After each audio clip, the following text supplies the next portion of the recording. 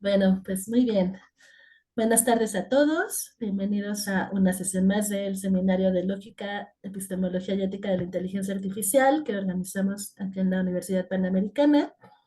Esta es la quinta sesión de este semestre. Estamos en diciembre de 2023 y pues nos da mucho gusto que hoy nos acompaña un ingeniero que se dedica a todos estos temas de la inteligencia artificial. Él es Josué Castañeda Landa, entonces lo voy a ir presentando. Él estudió la licenciatura en Matemáticas Aplicadas y Computación por la Facultad de Estudios Superiores de Acatlán. Tiene un diplomado en Técnicas Estadísticas y Minería de Datos, también por la Facultad de Estudios Superiores de Acatlán, y un diplomado en Ciencia de Datos por la misma facultad. Es profesor en la carrera de Matemáticas Aplicadas y Computación. Da las materias de teoría de la computación, programación 1, métodos numéricos 2, programación orientada a objetos y como concursos participó también como desarrollador del concurso de programación 2023. Además, pues también tiene más de 2 años de experiencia en creación de data pipelines para procesos ETL, orquestación de datos, creación y propuestas arquitectónicas de Data Lake, Data Warehouse, Data Lakehouse, con el objetivo de disponibilizar datos de alta calidad para productos de analytics o ciencia de datos, y tiene experiencia laboral académica en Linio, OPI Analytics, Kavak, Flink, Walmart y profesor en la UNAM. Y bueno, pues como está puesto aquí, ¿no? Nos va a presentar esta plática, Data Engineering, el eslabón perdido en la inteligencia artificial. Pues bienvenido, José, muchas gracias por acompañarnos y pues te dejo la palabra. Muchísimas gracias. Antes que nada, pues quisiera agradecer ahí a la doctora Karen por esta oportunidad que me da en este espacio para poder presentar este tema que pues muchas veces se deja al olvido. Digamos, creo que conforme vayamos avanzando, se podrá dar cuenta que esta parte de data engineering, pues no se menciona mucho en estos temas, entonces justo creo que siempre, bueno, es adecuado ponerle este título de Data Engineering, el eslabón perdido en la inteligencia artificial. Entonces, muchísimas gracias ahí a la doctora. Y bueno, vale. Quisiera tener esta plática con ustedes y en un sentido un poco diferente a como muchas personas o actualmente estamos acostumbrados a recibir este tipo de pláticas. ¿De qué formato? Vale, pues yo creo que ahorita muchos y algunos de ustedes también ya están familiarizados con productos de datos que son muy orientados a la inteligencia artificial. Por ejemplo, la ChatGPT, Internet de las Cosas, términos como Big Data, robots automatizados, que ya a lo mejor, por ejemplo, en el ámbito de Amazon, eh, ya son autónomos, esos robots ya tienen esa inteligencia para poder hacer procesos automatizados sin tener que tener ninguna intervención por parte de alguna persona. Eh, y creo que justo se ve el panorama de que esos productos al final se desarrollan y listo, ¿no? Son productos por profesionistas que tienen trabajos como científicos de datos, analistas de datos, ¿no? Y que a lo mejor pueden tener profesiones en donde, pues ya es un boom, ¿no? Donde a lo mejor los matemáticos, los físicos, etcétera. Al final yo creo que pues se tiene esa percepción de que pues llegó ese producto, ¿no? O sea, se hicieron los modelos matemáticos, se entrenaron y listo, ya está, ¿no? Entonces, quiero empezar al revés, en realidad, mostrando el producto, que en este caso, pues, bajo este slide creo que es el adecuado el decir que, pues, ahorita es mucho ChatGPT, o H2O, etcétera, pero ¿y de dónde, no? O sea, realmente cómo se construyen este tipo de productos. Y quise ser un poco gráfico en ese sentido de que, pues, se nos presentan estos tipos de productos pero pues realmente para poder llegar a este tipo de productos hay todo un mundo por detrás, ¿no? Y quise tratar de exponerlo como un hoyo negro en ese sentido de que no solo es, bueno, pues ya vas y te conectas a la consola ahí con ChatGPT y listo, ¿no? O sea, por arte de magia hubo esas partes. Eh, Porque justo hay demasiado contexto detrás de esas cosas, ¿no? Y bueno, en esta charla, digamos, el objetivo es poder indagar en ese mundo tan denso, tan profundo, y que entendamos que el poder llegar a ese tipo de productos, obviamente el speech que siempre se tiene es que se tiene el ChatGPT y listo, úsalo, ¿no? No, al contrario, hubo un trabajo demasiado titánico por detrás y que en esta charla es tratar a lo mejor de indagar en esos sentidos de un perfil muy importante que hace posible este tipo de productos de datos, ¿no? Vale, aquí nada más, igual en este sentido de empezar desde la perspectiva que se tiene al público, quisiera empezar a hablar en esos términos de ciencia de datos y irme hacia atrás, hacia el origen de las cosas, ¿no? Mm, Ahorita es un término muy popular, o digo, estos productos son muy populares en el mercado, pero en realidad este tipo de problemas ya se han abordado en otros momentos. De hecho, esta parte de tener la necesidad de poder extraer información de los datos, ¿qué quiere decir esto? Que alguien tiene en algún lado alguna información que realmente no ha podido explotar. Ya es un término, bueno, ya vieron la necesidad que empezó desde 1989, ¿no? Ya es un término relativamente, podamos decirlo, viejo, pero que ya tiene los orígenes desde ese entonces. No es algo que a lo mejor ahorita, obviamente ahorita ya tiene algo un poco más, un refresh con esos toques que se tienen en la actualidad, pero en realidad no, o sea, la matemática ha empezado desde esas épocas, ¿no? Y bueno, este término para tratar como darles un panorama general de realmente, a lo mejor quien no tenga mucho ese contexto de ciencia de datos o cómo es el ciclo general de un proceso de ciencia de datos, eh, montándome a los orígenes y creo que con este gráfico, que es un gráfico de KDD, que es descubrimiento de conocimiento en base de datos, traducido como Knowledge Discovery in Databases. Este término, les decía, empezó en 1989 y viendo un panorama general de cómo sería un ciclo en un proceso de ciencia de datos, es con los siguientes pasos, ¿no? Que es, en ese entonces, obviamente, lo único que se tenía como origen en ese entonces, pues eran bases de datos, ¿no? Donde lo que se tenía es que a lo mejor se tenía un sistema que, no sé, se me ocurre ahorita que a lo mejor era un sistema orientado a papelería, que a lo mejor tenían la parte de poder almacenar esa información, donde se desarrolló una aplicación vía escritorio o a lo mejor en una página web, etcétera, y esa información que se tenía, pues la almacenaban en bases de datos, ¿no?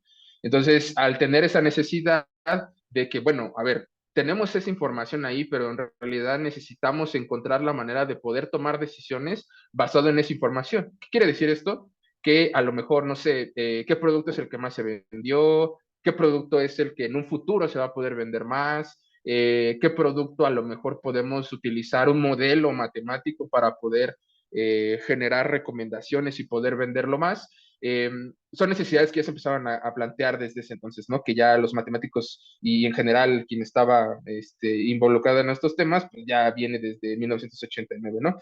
Entonces, se tenía esta primera parte de que se almacenaba la información en estas bases de datos y después, obviamente, se dieron cuenta que esta información, pues, no podía ser como tal digerida tal cual como venía de las bases de datos, sino que tenía que llevar un cierto procesamiento, ¿no? Para poder sacar información de ahí y que a lo mejor si se quería hacer una relación entre, bueno, tenemos este producto, pero necesitamos relacionarlo por, no sé, el tipo de cambio o a lo mejor la categoría, etcétera, pues se tiene que hacer un tratamiento en específico para poder almacenar, empezar a sacar información respecto a este origen de datos, ¿no?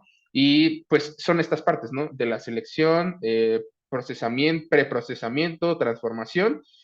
Y bueno, una vez que ya se hizo esa parte, lo que se hace es que obviamente la parte del data mining es sacar un patrón específico de esos datos, ¿no? Que es donde ya empieza a interactuar como tal el científico de datos.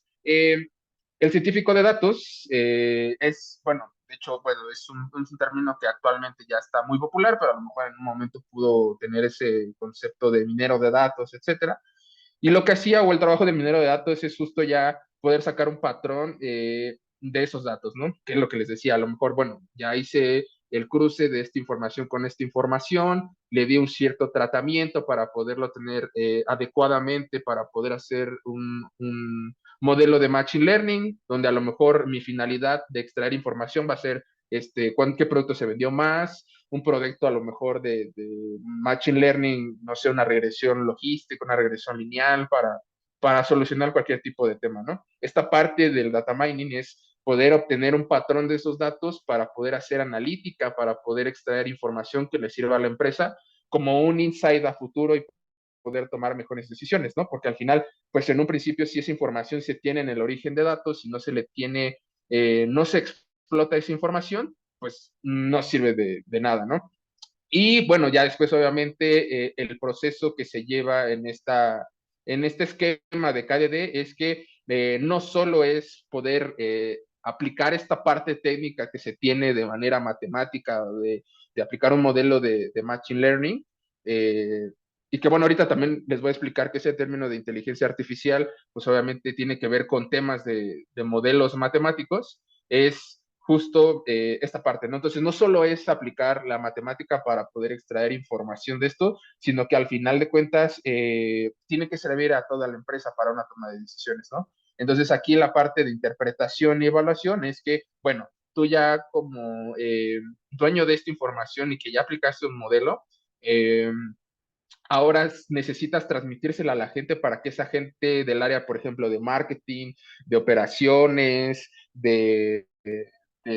a lo mejor, no sé, de nuevas adquisiciones, de grow, etcétera, puedan decir, ah, bueno, a ver, ¿qué productos se van a poder vender mañana? Y que te lo dé un modelo de Machine Learning, ¿no? Ah, bueno, a ver, son este tipo de modelos de productos, y entonces digo, bueno, entonces yo tengo que hacer una campaña publicitaria para el día de hoy, que salga el día de mañana y a lo mejor pueda captar a toda esa gente, ¿no? Entonces, esta parte de la interpretación es posterior a eh, una vez que se aplica un modelo matemático, ¿no? Aquí quiero hacer una pausa en ese sentido de cuando estoy hablando de modelos matemáticos, porque en general se ha popularizado mucho el término de inteligencia artificial, pero nada más como forma de spoiler o a lo mejor de esa forma informativa para ustedes, el hablar de inteligencia artificial no es más que modelos matemáticos que están corriendo por detrás, ¿no?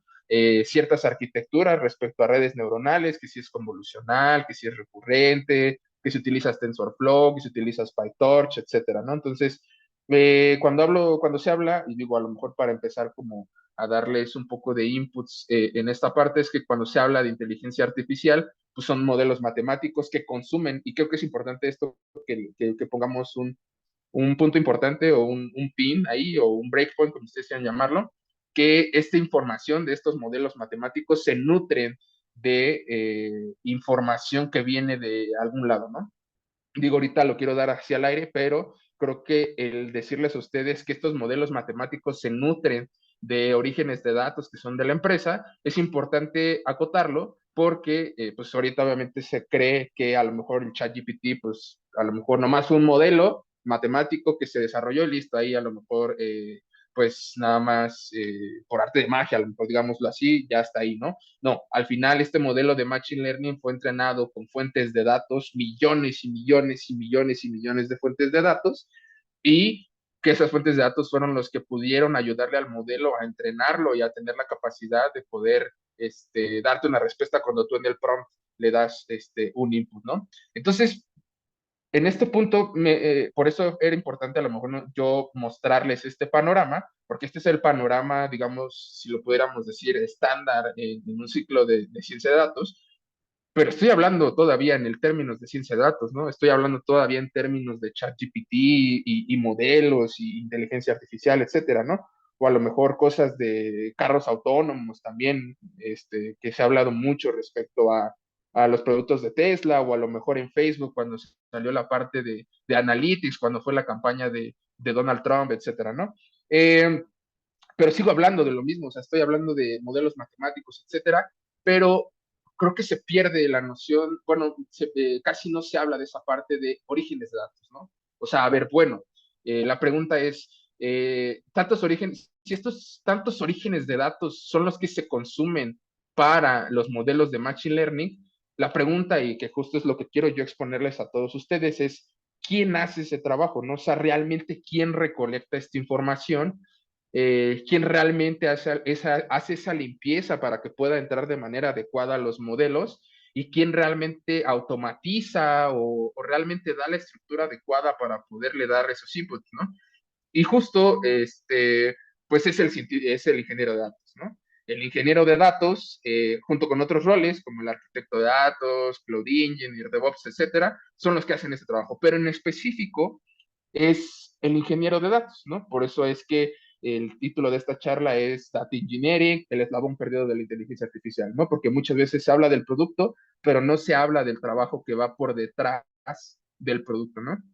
Quise hacer esta analogía un poco chusca ahí, si lo queremos ver en ese sentido, porque pues es casi siempre, y de hecho también hasta a lo mejor en términos de contrataciones y así, lo que tiene más popularidad son los científicos, los ingenieros a veces se dan cuenta de que existen una vez que ya se empapan de los temas, ¿no? Entonces, quise poner esta imagen como un cierto esquema que va por detrás, que no les quiero contar porque creo que es algo que le da un poco de sabor a esta plática y es decir, bueno, este tema va por detrás de bambalinas, pero realmente eso que se vaya atrás, ¿qué onda? ¿Qué es, no? O sea, ahí yo veo, pues, DataOps, arquitectura de datos, ¿no? Orquestación, no sé, storage, cosas así, pero en realidad, ¿eso qué, no? O sea, eso como que, ¿qué sentido? ¿Qué? Bueno, entonces, manteniendo esta esencia de que tras bambalinas hay algo o quien hace este trabajo para que esos productos realmente se puedan llevar a cabo, ¿no? Obviamente en trabajo con perfiles como los científicos, quienes hacen los modelos, quienes producifican, como los Machine Learning Engineer, etcétera. Pero, o sea, estamos en comunicación con ese tipo de perfiles, ¿no? Pero quien hace gran mayor parte de esta recolección de datos, pues es el ingeniero de datos. Y ya en ese sentido de darles esa previa explicación, aquí si se dan cuenta igual puse un título donde le pongo primera llamada, ¿no? O sea, donde nos vamos a ir moviendo en ciertos tópicos respecto a esta conversación hasta llegar a descubrir qué hay detrás o esta imagen que tenemos aquí respecto a qué está hablando, ¿no? O de qué, porque es una imagen muy famosa, por lo menos en nuestra comunidad de ingeniería de datos, y que la propuso un ingeniero de datos que es muy respetado dentro de nuestra comunidad y que de hecho hasta esa imagen viene en un libro, ¿no? O sea, ya en ese grado ya de tener la autoridad para poder generar un libro para toda la comunidad, es ya de un peso muy gigante, ¿no? Entonces, esta imagen tiene esa cosa y creo que sintetiza mucho la parte de lo que podría ser un ingeniero de datos, ¿no? Vale. Entonces, como primera llamada, quiero empezar a introducirles conceptos como ETL, ¿no? ¿Qué es un ETL? En realidad, es esa parte de ETL que es cuando se habla en ingeniería de datos. Yo ahí le puse una pregunta como, bueno, a ver, me estás diciendo que para generar estos modelos de Machine Learning hay que tener o recolectar esta información. Claro, ¿no? Entonces yo es como mover datos de un punto a otro. Ahorita lo voy a dejar al aire, pero voy a volver a revisitar esta pregunta para dar un poco más de explicación respecto a por qué mover datos de un punto a otro, ¿no? Vale, entonces, de la parte del ETL es la E de la parte de extracción de datos, ¿vale? De los orígenes de datos que ahorita indagaré, la T de la transformación de los datos y la L de la carga de los datos, ¿va? De la parte de la extracción de datos, ya viendo este contexto que es la recolección, uno de los trabajos del ingeniero de datos es hacer este proceso, extracción, transformación, carga, ¿no? Digo, existen otros que evolucionan, ya no solamente puede ser ETL, sino ELT o nada más EL, etcétera, ¿no? Pero lo estándar para empezar con estos temas, pues es obviamente mantener estos conceptos de ETL. En la parte de extracción, ok, eh, aquí se refiere a lo siguiente, ¿no? A veces las empresas tienen información regada en diferentes orígenes de datos. Ejemplo, una base de datos, ¿no? A lo mejor un equipo de legal tiene archivos de Excel que cargan en un OneDrive, por ejemplo, ¿no? A lo mejor dentro de la aplicación, los desarrolladores de la aplicación están guardando, a lo mejor si es una fintech, ¿no? Que están guardando información delicada como documentos en PDF, de direcciones, ¿no? Pero son PDFs, ¿no? O a lo mejor queremos scrapear información de una página web donde podamos ir a la página y extraer información. Esos son diferentes y muy diversos orígenes de datos, ¿no? Tenemos orígenes como bases de datos, como archivos CSVs, como archivos Excel, como páginas web, como imágenes, etcétera, etcétera, etcétera, ¿no? Entonces, parte de recopilar esta información es hacer este proceso de extracción de datos, ¿no? Ok, a ver, entonces vamos a recopilar toda esta información porque al final esto puede ser un buen input para este tipo de modelos de Machine Learning y que al final esto te puede ayudar a desarrollar un mejor modelo, etcétera, lo que sea, ¿no? Vale, entonces el primer punto es extraer toda esta información y almacenarla en un lado, ¿no? Para tenerla ahí, para después hacer algo con eso. Vale. Ahora, este tipo de documentos muchas veces tienen otro tipo tienen formatos diferentes que si de alguna forma en algún punto queremos poder generar un tipo de conexión entre ellos o guardarlos en un formato en específico para después se pueda hacer disponible para otros procesos, hay que hacerles un cierto tratamiento.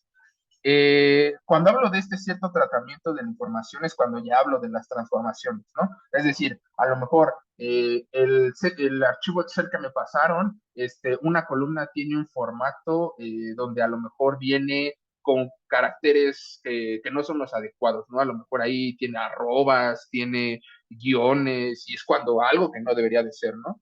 O a lo mejor, bueno, este es un tema, es un término técnico, pero hay formatos que se llaman formatos JSON, que en realidad la estructura como lo guardan es como información dentro de la información. Entonces, para poder extraer esa información, valga la redundancia, hay que ir hacia lo profundo y después sacarlo y unificarlo con la demás información, ¿no? Entonces, en esta parte de la extracción de datos, si ya pudiéramos ponerle ya ese término formal, se pueden almacenar datos estructurados, datos no estructurados y semiestructurados, ¿no?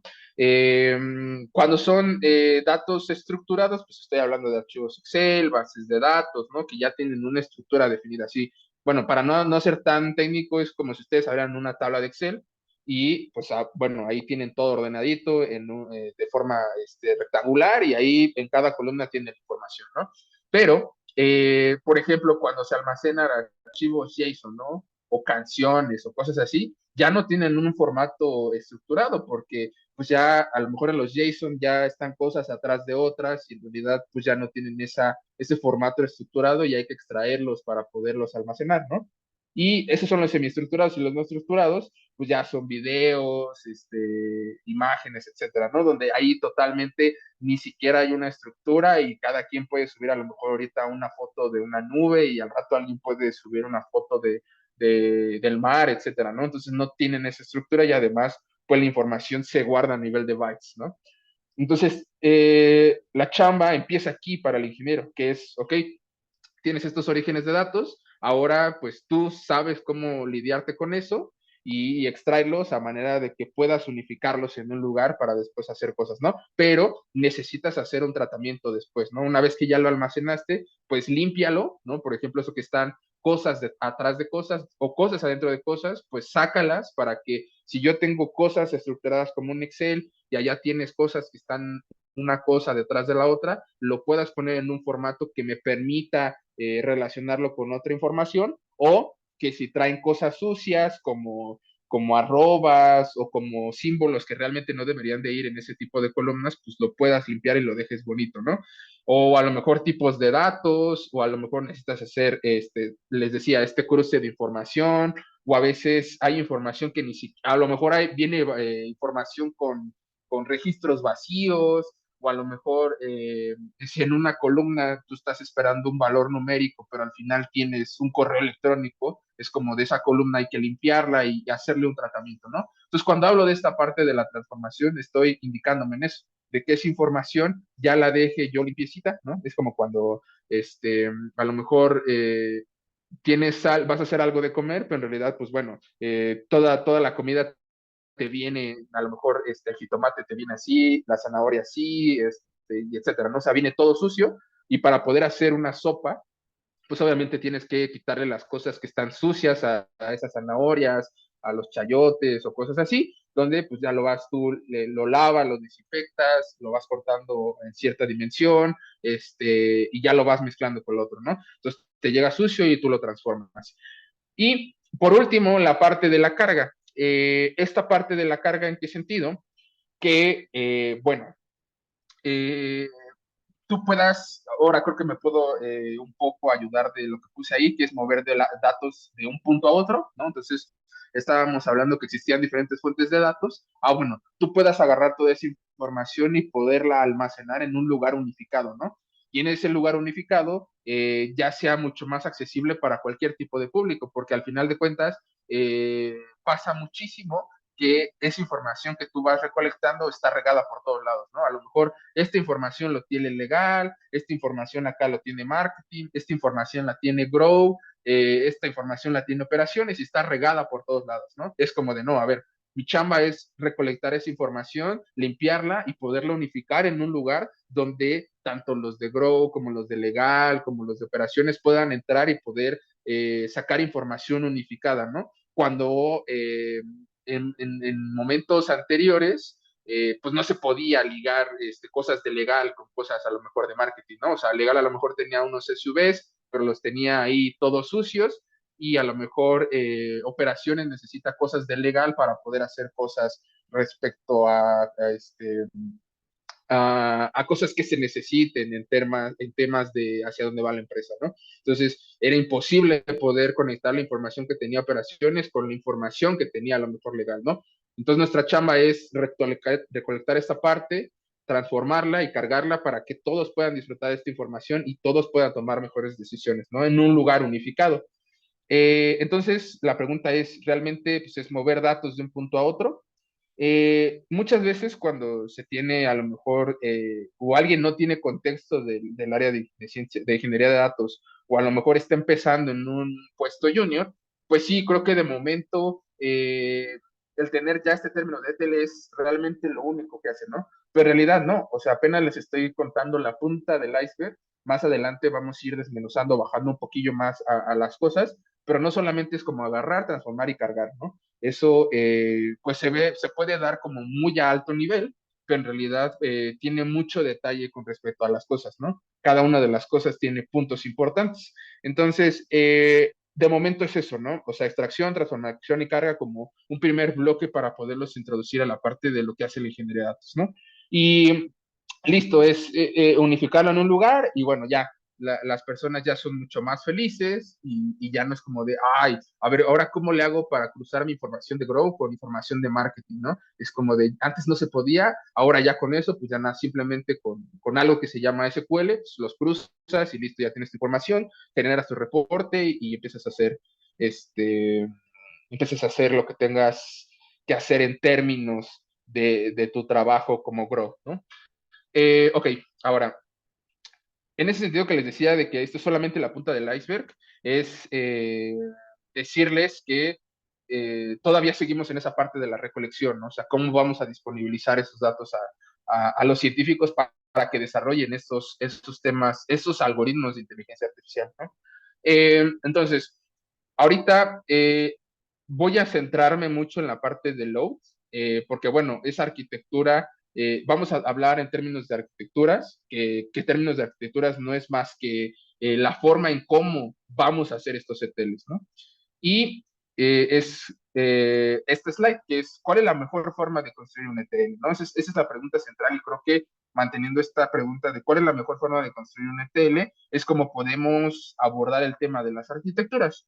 Digo, ahorita se los voy a enseñar muy a alto nivel con esta imagen, pero tengo como cosas un poco más didácticas para que podamos entender cómo está funcionando cada una de este tipos de poder construir un ETL, ¿no?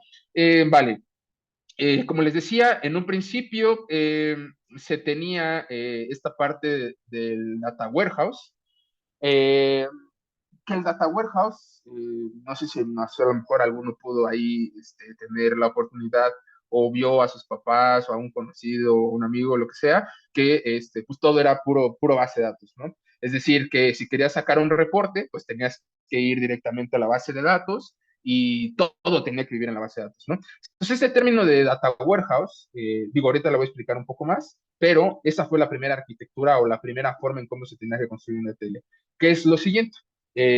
Pues antes solamente los orígenes de datos eran simplemente bases de datos, ¿no? Entonces tenías tu base de datos para ventas, tu base de datos para catálogo de productos, tu catálogo de usuarios, etcétera, ¿no? Entonces, cada una de esta información vivía en estas bases de datos. A este sistema se le llama un sistema OLTP, ¿vale?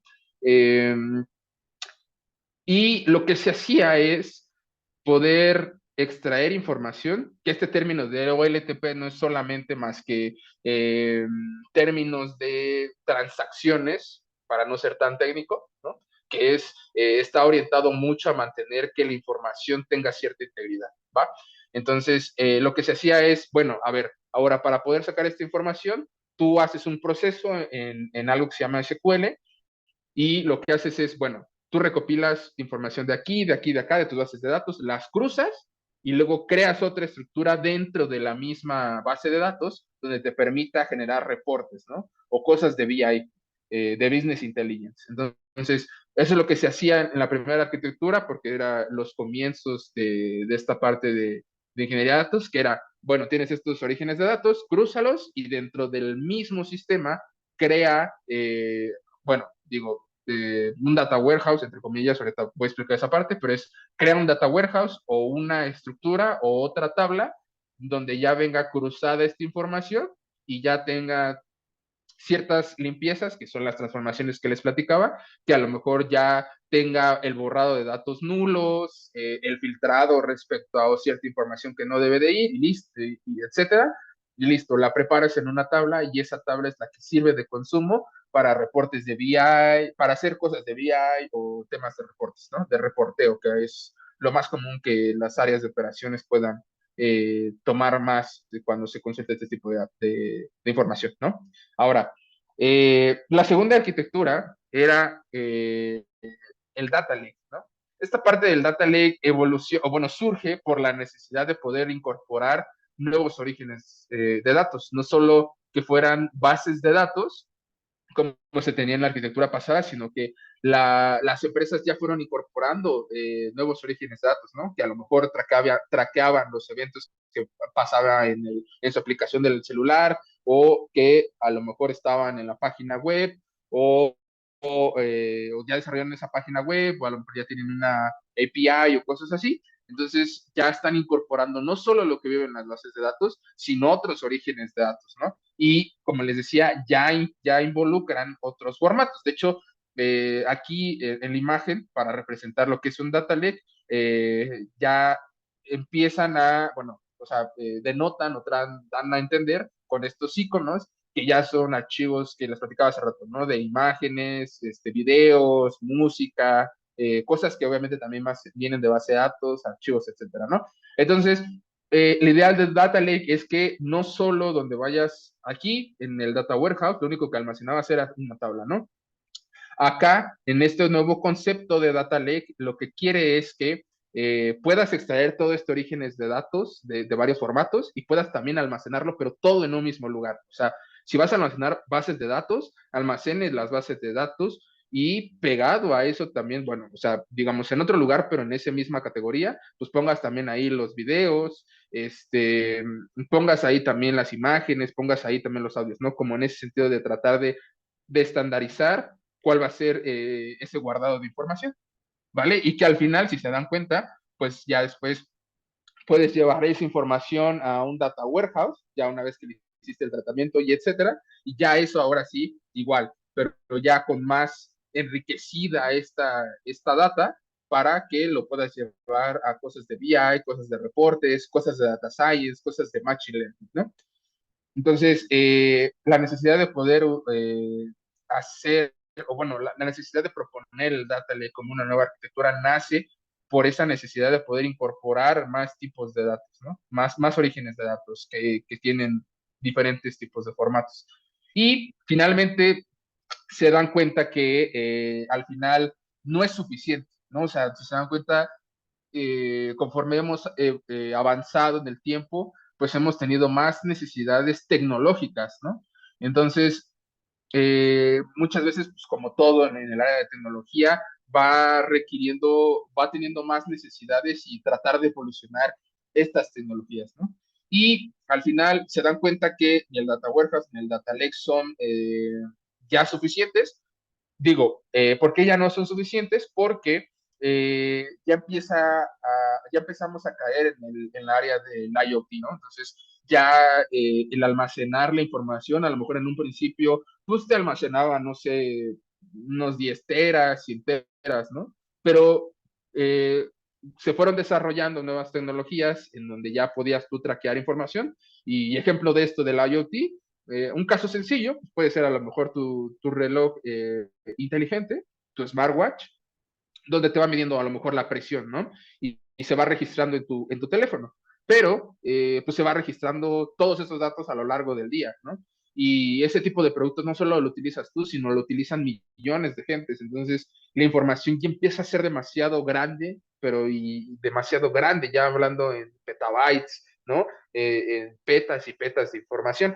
Entonces, ya este tipo de arquitecturas, si en algún momento se quiere tratar de consultar esta información para sacar un reporte, ya va a ser imposible, ¿no? Y igual para los analistas ya empieza a ser complicado porque ya la accesibilidad a esta información empieza a ser complicada. Hasta para desarrollar los algoritmos de inteligencia artificial ya es complicado, ¿no? Porque ya la información está súper saturadísima y realmente tú necesitas entregar esos datos de la mejor manera y la manera más simple para que se puedan ellos enfocar en otras cosas como los modelos de Machine Learning y no por realmente poder ir a consultar esa información. Vale. Entonces, bajo esta necesidad, pues es que ya evoluciona a un Data Lakehouse, que el Data Lakehouse, ahorita no quiero dar tanta explicación, creo que gráficamente es mucho mejor, pero de momento pues es la combinación de ambas arquitecturas, ¿no? Tanto el Data Warehouse como el Data Lake. Y les decía, vean, no hemos ni siquiera pasado de la parte de log, ¿no? Apenas estamos como introduciéndonos en cosas. Y esa es esa parte, ¿no? Detrás bambalinas, que en realidad pues apenas nos estamos acercando para llegar al producto de inteligencia artificial, ¿vale? Entonces, aquí quise ser un poco amigable visualmente para explicarlo, pero en un principio, pues, se extraía la información de las bases y se aventaba y se disponibilizaba, ¿no? Eh, Aquí quise también poner esta imagen para que a lo mejor fuera pedagógicamente más amigable y pudiera quedarles a ustedes más cuando hablemos de la arquitectura del Data Lake, que el Data Lake pues es un lago de datos, pero por esta naturaleza de que se tiene que guardar diferentes tipos de datos, pues en realidad aquí es todo un desastre, ¿no? Bueno, en ese sentido de que puedes tener mucha variedad de formatos y que no siguen algo muy estructurado, ¿no? Y que aquí es importante mencionar que no solo es guardar la información por guardarla, ¿no? Eh, Ahí esa parte, si no se tiene los cuidados adecuados y no se hace las configuraciones adecuadas respecto a los metadatos de la información, este lago de datos en un futuro, si no se cuida y no se sabe ni qué se tiene almacenado ahí, se vuelve un pantano de datos, ¿no? Coloquialmente, bueno, en nuestra comunidad es ese término, pero se vuelve un pantano de datos porque al final puede ir creciendo, pero al final no sabes ni qué se tiene almacenado, ni qué tipos de datos hay, ni cómo puedes accesar, no hay información, nada, nada, nada, nada. Que cuando hablo de esta parte de metadatos es datos de los datos, ¿no? El tipo de esquemas, el tipo de datos, si es entero, si es flotante, si es este tipo cadena, si es entero, si va a tener un cambio en el futuro, a lo mejor se le va a agregar otra columna con términos de schema evolution, etcétera, etcétera, etcétera, ¿no? Entonces, si no se tiene esa configuración y esa arquitectura bien bajada, para este tema del lago de datos, si en un futuro no se tienen los cuidados, se puede volver un pantano de datos, ¿no? Entonces, pero bueno, de primera instancia, esta parte de que se guarda todo un formato, todo tipo de formato, es que esa es la flexibilidad. Creo que esa es la palabra esencial cuando estamos hablando de data lake, es la flexibilidad respecto a la variedad de los datos, ¿no? Tú puedes guardar lo que tú quieras ahí en el data lake, pero siempre tomando en cuenta que hay que tener esa parte bien bajada de los metadatos y la categorización de la información para que no se pueda, no tengas el peligro de que se vuelva un data swamp, ¿no? Entonces aquí se puede tener esa flexibilidad, no hay algo estructurado, ¿no? Ahora, de la parte del data warehouse, cuando les explicaba que en un principio esta información podíamos almacenarlo en una base de datos.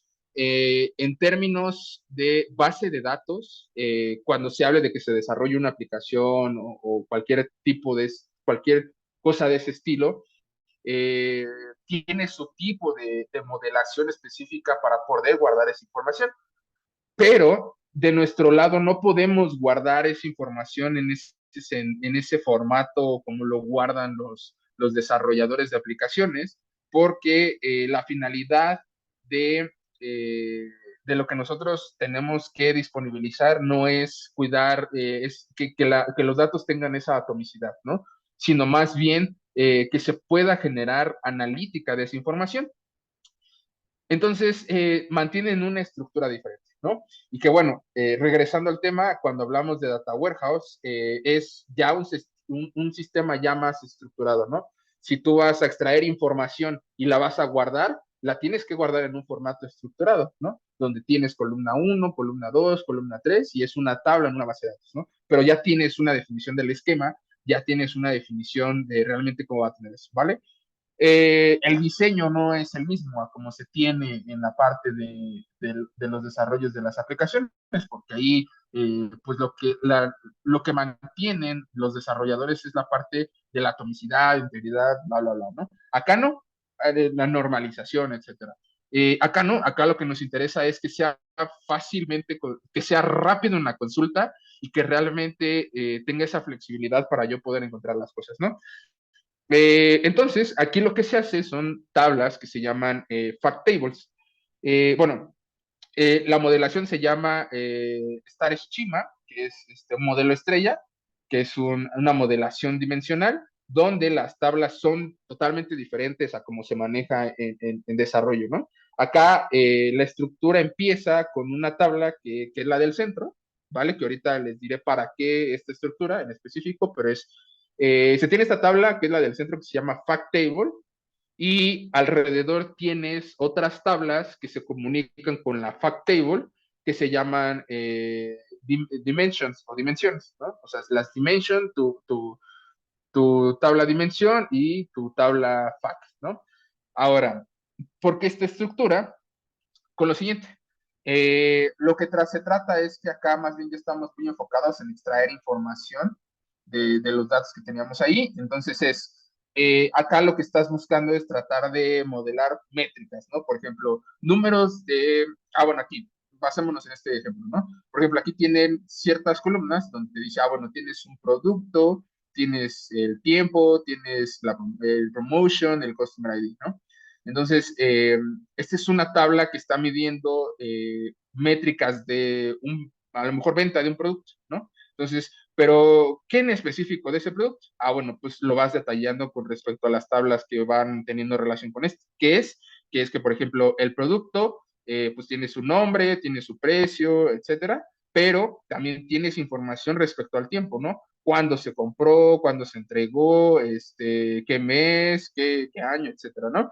Y además de eso, también sabes información respecto al customer, ¿no? O sea, quién lo compró, cómo, cuándo, dónde, ¿no? Y el tipo de a lo mejor si tú le pudiste dar un cupón o no le diste un cupón, ¿no?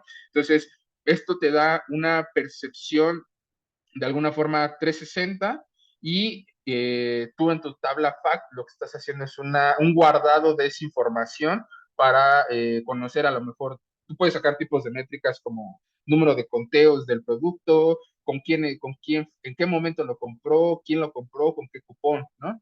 Y específicamente quién. Y de hecho, este tipo de tablas están con este tipo de modelación para mantener una trazabilidad de la información y que además tengan la flexibilidad de poder guardar datos históricos, ¿no? O sea, hay tipos de fax también que se pueden tener ahí, pero están diseñados, o la finalidad de esto es que puedas tener históricos de millones y millones de datos, pero que tengas la flexibilidad de poder encontrar en específico una métrica solamente buscando un dato y cruzándolo con los demás y listo, ya tienes un reporte de algo, ¿no?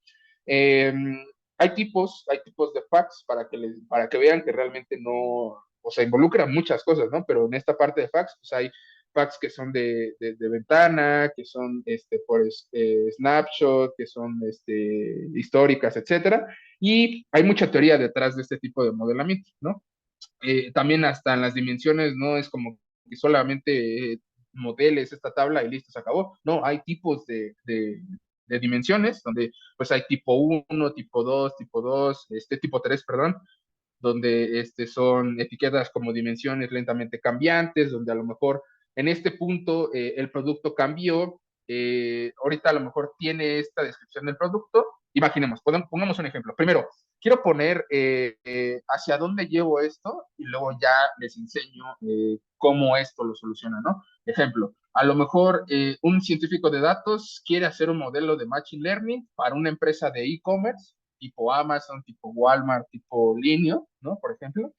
Y lo que dice es, bueno, a ver, voy a hacer modelo de inteligencia artificial que a lo mejor me diga qué productos a través de algo son los más comprados mañana, ¿no?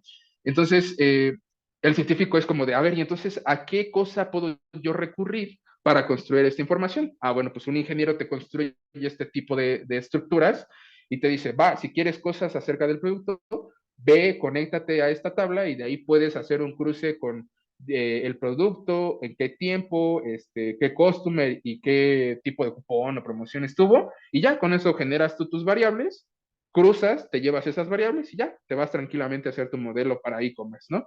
Entonces ahí esta estructura le dio la flexibilidad y la facilidad para poder extraer información, nada más cruzando cada uno de estos productos para que ellos se los puedan llevar a hacer un modelo de Machine Learning, ¿no? Pero bueno, ahorita se ve aquí, pero en realidad a lo mejor, ¿qué tal que si esta tabla de productos que yo la cargué en esta base, en este data warehouse, viene de un origen de un archivo que viene en una imagen, por ejemplo, ¿no? Y que yo tuve que extraer la información del PDF y luego la aventé a una tabla y ya nada más lo fui acomodando aquí para que el científico lo pudiera consultar, ¿no? Pero bueno, la finalidad de esto es que darles un poco el panorama de qué es esta parte de la estrella o del data warehouse y sin mucho enfatizar que la parte de la construcción del data warehouse está muy enfocado a que la información que se almacena ahí son datos que ya tienen una estructura, ¿no? Donde ya tienes un campo y ya tienes su tipo de dato y ya está relacionado con esto, etcétera, etcétera, ¿no? Que era lo que estábamos más o menos platicando en cada una de estas fases. Vale. Ahora, ¿qué con respecto al el data lakehouse? Que de un principio lo único que les dije es que eh, es una unión, o digamos la suma de las dos arquitecturas, tanto del data warehouse como el data lake. Um, y nada más les había dicho esa parte, ¿no? Para no ser tan técnico y tratar de ser un poco didacta, esta imagen es que esta información es a nivel tecnológico, es la conexión entre ambas tecnologías. Por detrás guardas la información en un data lake que tiene toda la flexibilidad de datos, pero que tú tengas a través de obviamente todo tu desarrollo que hagas en tus CTLs, precisamente, que ahí para todos estos CTLs después bajo ciertas transformaciones adquieren el nombre de data pipelines, ¿no? Bueno, entonces lo que haces es, tienes esta información aquí almacenada, eh, puedes tener diversidad de fuentes en los archivos que tú quieras, pero que al final, si alguien necesita consultarlo de forma amigable, pues ya nada más lo materializas hacia arriba, hacia una estructura data warehouse con las tecnologías adecuadas y listo. Por abajo tú construyes todo con una diversidad de información y ya por arriba lo haces amigable para el consumo, ¿no? Pero ya están conectados ambos conceptos y ya es mucho más fácil extraer esa información, ¿no? Y que si ustedes se van a la literatura, pues casi siempre ponen imágenes donde pues está un lago, ¿no? O sea, es así como la imagen empieza como en áreas retiradas, así como en el campo, y tienen una casita, ¿no? Una casa de madera, pero por debajo de la casa pues hay un lago así gigantesco, ¿no? Es siempre la analogía, por eso quise poner esta imagen para que fuera amigable para ustedes, pero eso es que al final, y que eso es muy importante porque también no solo te permite que sea amigable para todos, sino que además también es muy portable. ¿En qué sentido? Eh, hay motores que tú, o sea, esta parte que yo pongo del cubo, o sea, imaginemos que a lo mejor ahorita este cubo, en un momento dices, ah, bueno, pues tiene la cara azul, rosa y amarilla, ¿no? Pero dices en un momento, no sé, ya no me gusta. Quisiera cambiarlo por un cubo que tuviera, fuera todo negro, ¿no? O a lo mejor fuera rosa, ¿no? O a lo mejor fuera un cubo más grande, o a lo mejor tuviera un cubo con ciertas particularidades. La flexibilidad de esta arquitectura es, y lo bueno es que pues por detrás tú tienes tu lago, pero pues puedes quitar esa casita, puedes quitar ese cubo y venir y poner otra, ¿no? Entonces, en un sentido un poco ya más, digo, no tan técnico, sino acercándonos un poco, pues es que tengas un motor que haga ese consumo de información y que al final si ya no es óptimo o ya no cubre las necesidades para un científico, para un BI, un data analyst, analytics engineer, lo que sea, dices, ah, no, sabes que esto ya no me está siendo óptimo para la información, lo único que haces es desconectar ese componente, vas, consigues uno mejor y vas y lo conectas a tu data lake y ya funciona de mejor manera, ¿no? Vale, ahora, creo que no se habla mucho respecto al tipo de herramientas. Eh, Casi no es muy típico, ¿no? Pero aquí quise poner esta imagen que a lo mejor tratando de ser un poco categorizando cada una de las herramientas, poder hacer más visualmente mejor. Y las herramientas que se utilizan para el área de ingeniería de datos, pues es del área de programación, o sea, de los lenguajes de programación, pues claro que SQL, claro que Python, claro que Scala y Java, pero bueno, o sea, en casos muy específicos, ¿no? En ese sentido de poder programar, los lenguajes que más se utilizan, pues es Python, Scala, SQL como lenguaje de consulta, ¿no? Eh, Bases de datos. Digo, voy a ir saltándome un poco, a lo mejor no en orden, para tratar de ir de lo que más se conoce a lo que menos, ¿no? De bases de datos, pues bueno, o sea, lo de siempre, ¿no? MySQL, Postgres, Oracle, MongoDB para cosas no relacionales, etcétera. Y listo, ¿no? Eso para la parte de que se almacena aquí esto y esto, ¿no?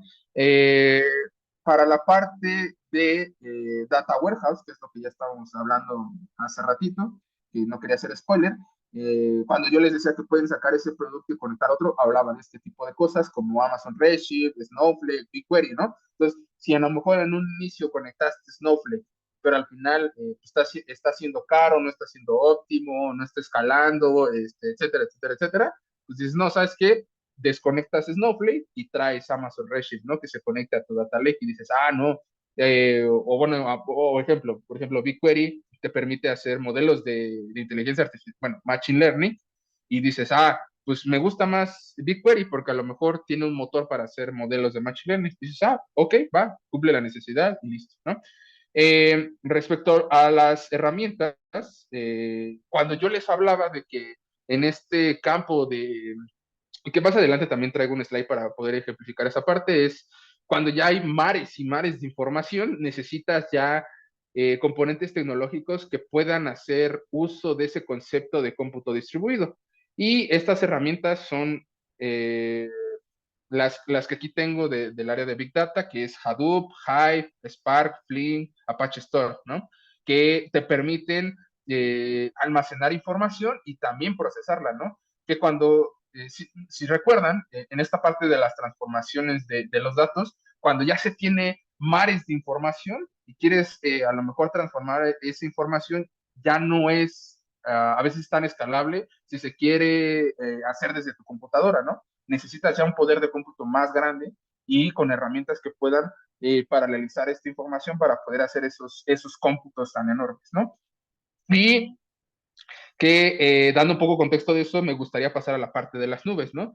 Que la parte de las nubes es el poder de cómputo que tú necesitas, ¿no? Y que en realidad, pues bueno, o sea, si no se quiere utilizar nubes como las que se tienen ahí, pues tienes que ir a configurar físicamente cada uno de esta arquitectura, ¿no? A mano todo. Entonces tienes que comprar el rack, los discos, etcétera, y armar los clústeres. Entonces, eso es demasiado complicado y a veces hasta poco, es muy tedioso, ¿no? Y a veces por esa urgencia de tratar de disponibilizar los datos, pues mejor dices, no, o sea, algo que ya esté construido, que al final también, si necesito otra cosa, no tenga que yo armarlo a mano, sino que ya solamente con un par de clics o ciertas despliegues, pues ya pueda tenerlo, ¿no?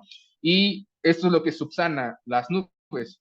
Hay nubes de Azure, hay nubes de Google, hay nubes de Amazon, que lo que te ofrecen ellos como productos respecto a lo que estás haciendo es que ellos ya te dan la infraestructura, ¿no? O sea, ya te dan computadoras que hacen tu procesamiento para esto, que ya te lo almacenan, que a nivel de toda la arquitectura respecto al network ya también te lo provisionan y que tú ya nada más tienes que darle ciertas configuraciones con un clic y listo, ya lo tienes arriba, ¿no?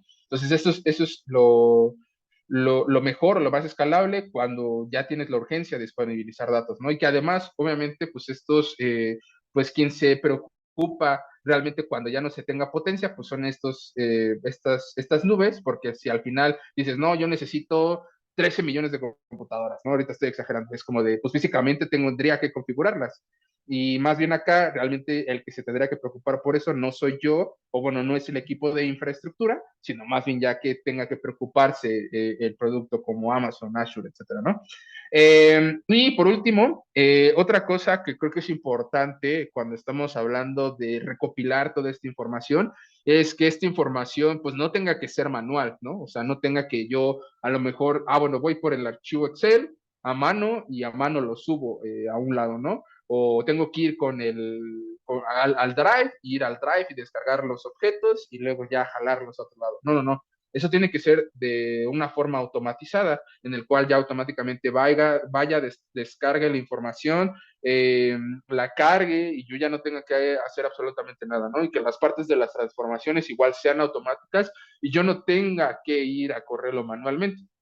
Entonces hay herramientas que te permiten automatizar todo este proceso para que tú no tengas que preocuparse para pararte, no sé, o estar a las 12 de la noche o a la madrugada ahí corriendo tu pipeline, ¿no? Preocupándote porque corre. No, ya hay herramientas que te permiten automatizarlo, que tú ya nada más los dejas ahí corriendo y sí, obviamente tienes que poner ciertas validaciones, pero tú ya no te preocupas, te vas, te duermes y ya esos productos ya están ahí automatizados de forma eh, continua, sin que tú tengas que hacerlo manual, ¿no? Vale, esa era la segunda llamada, ¿no? La tercera llamada ya un poco poner las cartas sobre la mesa y decirles, ok, a ver, entonces, de todo lo que hemos estado viendo, para no ser tan ambiguos y de forma concreta, ¿qué hace ingeniería de datos o no? O en una imagen, ¿cómo sintetizarías lo que hace un ingeniero de datos? Eh, Joe es un superhéroe para nosotros. Joe tiene un libro que es Fundamentals of Data Engineering, donde es un libro completo, ¿no? De todo nuestro ciclo de vida de ingeniería de datos, y esta imagen es demasiado conocida. Y creo que es muy sintética en ese sentido, porque cuando tú te preguntas, bueno, entonces, a ver, sintetízame qué es realmente el ciclo de vida de ingeniería de datos, yo podía empezar con la parte de abajo y empezando, perdón, con la parte de arriba y terminando con lo de abajo, ¿no? Que es, tienes un punto de acceso donde tienes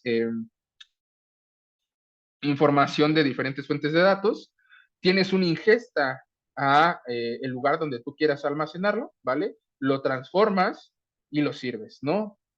¿A qué lo sirves? A productos como hemos estado viendo, Analytics, Machine Learning. Esto es muy técnico. Ahorita no quisiera abordar, bueno, si a lo mejor alguien quisiera después preguntármelo ahorita en la sección de preguntas, lo tocamos, pero de momento creo que ahí lo quiero dejar porque pues es ya muy puntual, ¿no? En ese sentido y es extracción, como les había puesto, transformación y carga, ¿no? Y por debajo hasta hace la parte del storage de esa información.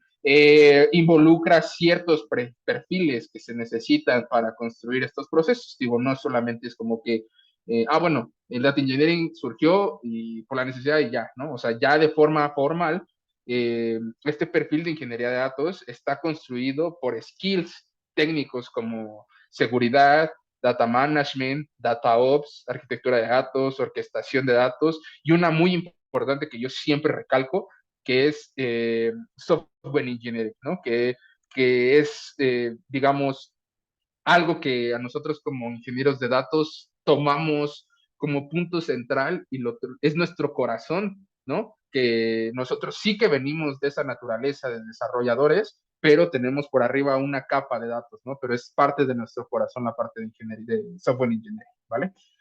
Este es una maravilla, digo, creo que yo pudo sintetizarlo en esta imagen. Joe Reese es un héroe, les decía, tiene su libro muy sintetizado y la verdad es que a nosotros nos maravilla siempre que nos invitan a dar pláticas de ingeniería de datos, creo que es siempre obligatorio mostrar esta imagen, ¿vale? Ok, entonces también igual para ser un poco amigables y ser ya resumidos en todo lo que hemos visto, digo, todavía no hemos terminado, pero creo que para hacer una pausa y un poco como ya digerir lo que hemos tenido es a ver, por entonces, en palabras, ¿qué sería?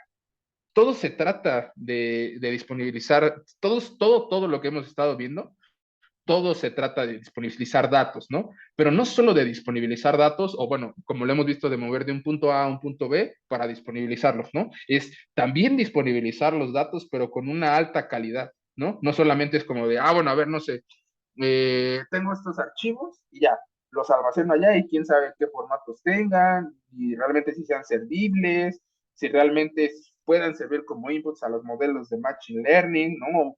O redes neuronales, lo que ustedes quieran llamarlo, sino que realmente lo que se entregue tenga calidad, ¿no? O sea, ya esté preparado para que los científicos o los desarrollos de inteligencia artificial puedan consumirlo, ¿no? Pero en palabras, todo se trata de disponibilizar datos de alta calidad, ¿vale? Ahora, ya estamos un poco, a lo mejor, digo, no nos llevaría a lo mejor días hablar de cada uno de esos puntos a detalle, pero creo que sí hay puntos importantes debajo del iceberg, ¿no? A lo mejor ahorita ya fuimos bajando un poco a visitar estas faldas del iceberg, pero hay términos que pues no se conocen en realidad porque la Vox Populi está muy bombardeada en términos como inteligencia artificial, machine learning, redes neuronales, ChatGPT, cosas de Tesla, etcétera, etcétera, etcétera. Y les decía, hay cosas que también de la ingeniería se van perdiendo o no se hablan, no, no es tan común, ¿no? Y por eso es este slide que justo es términos importantes que pueden estar perdidos, ¿no? Data quality. Les decía, se trata de disponibilizar datos, pero datos de alta calidad, ¿no? Entonces, este término de data quality es ingestar datos sin miedo. Digo, ahí traté de ser un poco informal para tratar de explicarlo a grandes rasgos, pero el data quality es, ok, tú vas a mover del dato A al dato B, pero ¿qué tal que si a lo mejor tiene datos nulos, ¿no? O a lo mejor tiene datos repetidos, o tiene datos, como les decía, de que aquí tiene el email cuando debería de ser todos números, ¿no?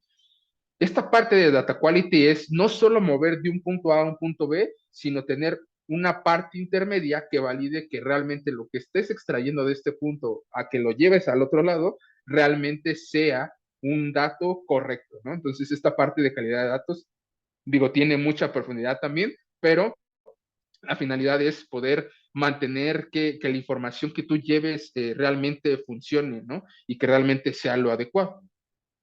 Vale. Otro concepto que igual no está tan común, o no es tan, si no es de esta área de ingeniería, sino en general cuando se habla de inteligencia artificial, es la parte de la tal lineage, ¿no? Que es mapa de tus desarrollos. ¿Por qué mapa? Muchas veces, pues digo, ustedes han visto que ya ha sido un poco abrumador hablar de tantas cosas y imaginemos que a lo mejor ya tienes muchísimos data pipelines, muchísimas fuentes de datos, y ya que tienes este componente y tienes este otro elemento tecnológico y lo conectas con este y lo conectas con lo otro y luego tienes esto y luego tienes esta transformación y luego lo cargas y lo giras y lo volteas, y etcétera, eso se va volviendo monstruoso, ¿no? O sea, se va volviendo monstruoso, monstruoso, monstruoso.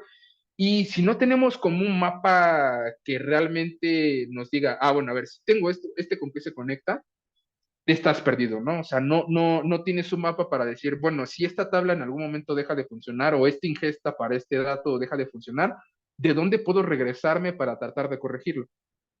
Entonces, el tratar en temas de data lineage o linaje de datos, ese es tratar de mantener un esquema que te permita tener todas las relaciones, ¿no? Ah, bueno, esta tabla se comunica con este proceso y este proceso está conectado con este proceso y por detrás está orquestado por esta cosa de acá, etcétera, etcétera, etcétera, ¿no? Entonces tengas todo ese mapa semántico para decir, ah, bueno, si en este punto de acá, que es el punto número 300, viene conectado con todos los demás que están aquí, el 2, el 3, el 4, tú puedas tener la ruta exacta de cómo llegaste a este punto a partir de los puntos anteriores, ¿no? A lo mejor tienes esta fuente de datos, pasó por esta transformación, le conectaste esta orquestación, lo subiste a un catálogo, etcétera, y ya después de que lo bajas, lo descargas y lo conectas a este punto, ¿no? Entonces, el linaje de datos es justo eso, tener un mapa de todo lo que estás desarrollando dentro de tu producto de ingeniería de datos, ¿no?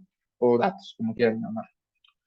Otro tema, este sí ya es un poco más coloquial o un poco más común para todos, que es la parte del Big Data.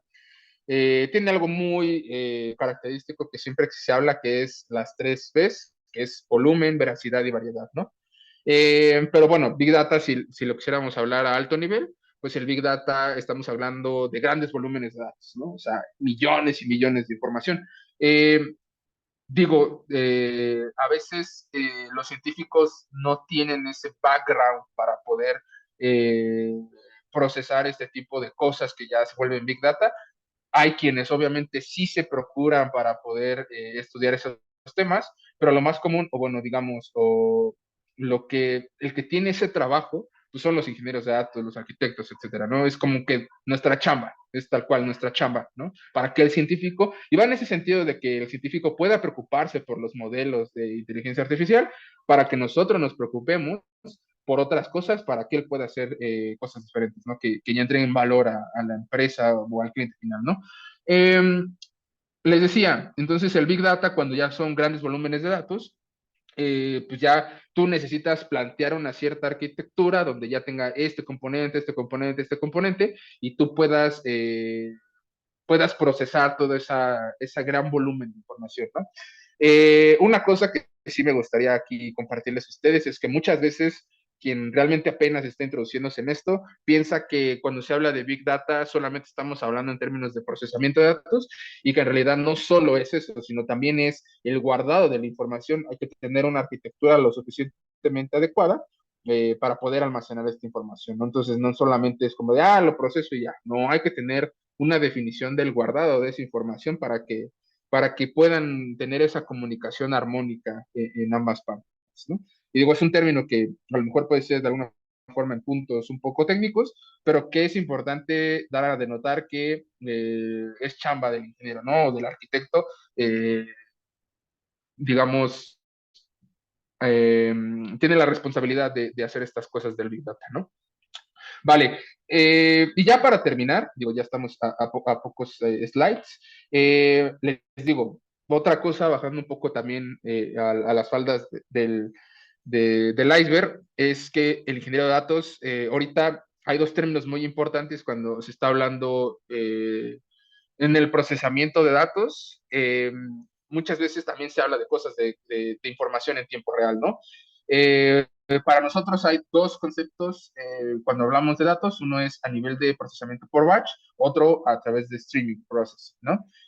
Por batch. Digo, ahorita creo que alto nivel así nos costaría. Traigo en las siguientes, creo que es más amigable, pero creo que es importante poner un warning y decir, bueno, a ver, todo lo que les estoy platicando no solo es, bueno, ya saco los datos y listo, los proceso y se los doy. No hay formatos diferentes, ¿no? Porque muchas veces, pues a lo mejor estás en tu celular y en tiempo, en ese momento en específico, ¿no? En tiempo real, tú estás haciendo algo y entonces en ese momento tienes que exactamente cuando pasó ese proceso, o bueno, más o menos, porque ahí conforme avanzas en la teoría entiendes que no es exactamente en ese momento, sino que hay ventanas de tiempo que tú defines y es captas esa información y luego así como viene, tienes un proceso corriendo en tiempo real que va captando esa información en tiempo real y los va procesando en tiempo real, ¿no? Entonces están esos dos conceptos.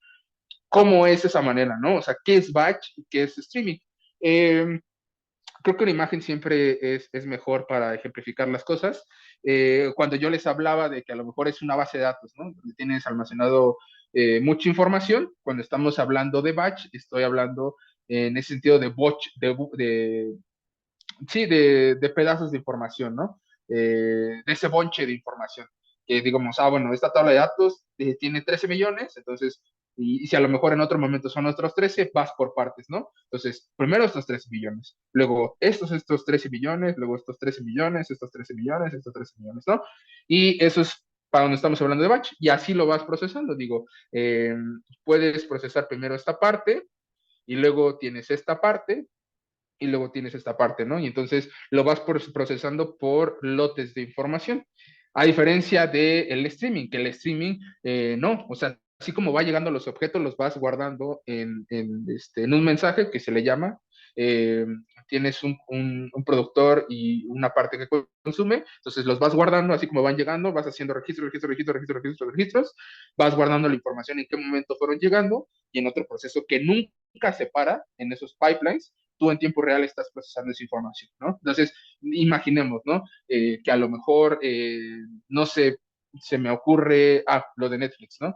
Que ahí siempre se escucha esa parte de streaming, pero en realidad cuando se hace pues procesamiento de ese tipo de información, en realidad por detrás hay tecnologías que están haciendo ese guardado de información en tiempo real, ¿no?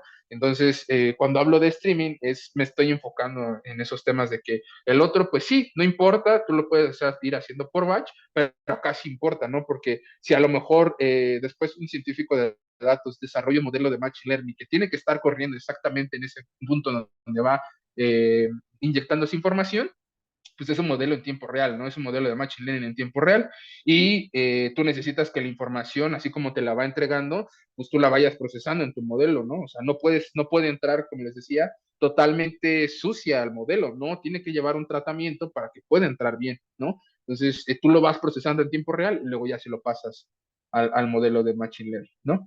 ¿Qué tecnologías hay para esta parte de streaming? Pues bueno, hay Kafka, hay Apache Spark Streaming, hay Apache Beam, ¿no? Cada uno tiene sus características, pero están muy enfocados en tratar de hacer este procesamiento en tiempo real, ¿vale? Y bueno, listo, creo que llegamos a la parte de las conclusiones. ¿Qué de las conclusiones? Ahora sí, creo que se puede tener un panorama más claro en el sentido de que, bueno, a ver, sí, tienes tu chat GPT, pero bueno, hubo un proceso por detrás de ingeniería de datos donde los ingenieros hicieron la extracción de datos de páginas web, de documentos, de TXT, de CSV, de imágenes, de videos, y esos ingenieros fueron, limpiaron toda esa información, la unificaron en un lugar, la dejaron bonita y ya esa información bonita se la pasaron al científico. El científico ya nada más fue, se conectó a esa información y desarrolló sus modelos de machine learning, ¿no? Y en sus modelos pues ya entrenó, hizo la recalibración, hizo los entrenamientos, que el 80-20, que si va a ser un modelo de redes neuronales para esto, ¿no? Y al final, dos cosas importantes ya nada más para concluir. Una, a veces sí los científicos se encargan de lo que hacen los ingenieros, pero a veces creo que es importante sí tenerlos separados porque así el científico se dedica a otras cosas mientras tú haces tu chamba y así de esa forma él tiene más tiempo para tener más ideas para los modelos, ¿no? Y otra cosa, bueno, pero o sea, digo, no están peleados, pero creo que entre más background tengas de ingeniería de datos, pues más vas a poder aportar, ¿no? O sea, ya estás 100% enfocado en eso y te sabes de todo a todo, a que un científico pues baje y diga, bueno, esta parte de data quality pues no me la sé, ¿no? Es como, bueno, mejor pues traigo a alguien que ya tiene todo ese background, que le dé rápido, que me disponibilice y ya que te lo pase para tu modelo, ¿no? Y punto número dos, para la parte no la puse porque creo que ese ya da para otro tema, pero es el ingeniero de datos también muchas veces se extiende a dos perfiles. ¿Cuáles? Machine Learning Engineering, que es la parte que ya productifica, una vez que el científico hace el modelo, quien lo productifica para que lo lleve a que corra en una página web o lo que sea, o en ChatGPT exactamente, pues ya se encargan los Machine Learning Engineers. Y también, en mi caso ahorita donde estoy, también me pasa que no solo tengo que ser el ingeniero, sino también tengo que ser el cloud engineer y el arquitecto de datos, ¿no? En este sentido de proponer las arquitecturas, proponer los componentes, generar los roles, conectar los servicios, levantar los servicios, etcétera, etcétera, etcétera, ¿no?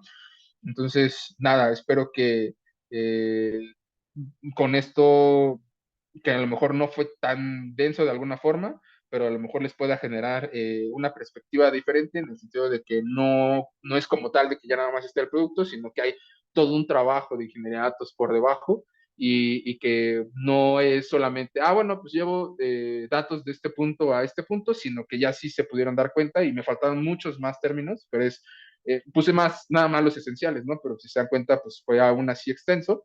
Y pero pues son todas esas cosas, ¿no? O sea, no es que nada más, extraigo, transformo, cargo. No, o sea, tiene todo un iceberg por debajo que al final, pues es todo el trabajo que se tiene que hacer, ¿no?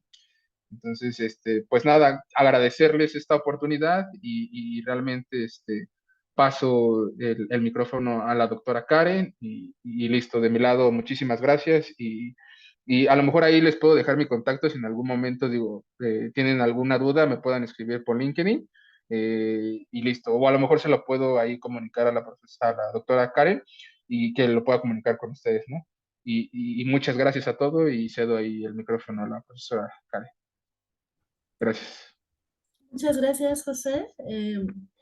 Muy interesante porque creo que los que no nos dedicamos a hacer como tal la parte ingenieril, muchas veces no somos muy conscientes de todo lo que implica hacer eso, ¿no? A diferentes niveles. Entonces, nos has presentado un panorama muy interesante, pues, de todo lo que ustedes tienen que hacer, ¿no? Claro, Eh, sí, sí, sí. entonces, no sé si, bueno, si puedes dejar de compartir para que Claro, nos veamos un poquito más, por si alguien claro, claro, sí. hacer preguntas o si quiere hacer comentarios. Eh, a ver, Andrés. Hola, buenas noches.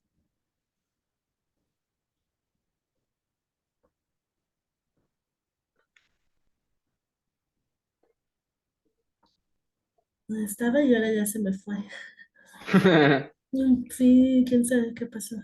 Bueno, entonces el doctor Raimundo Morado, ¿Me puedes escuchar, Karen? muy bajito. Eh, ¿Mejor ahora? Sí, ahí está mejor.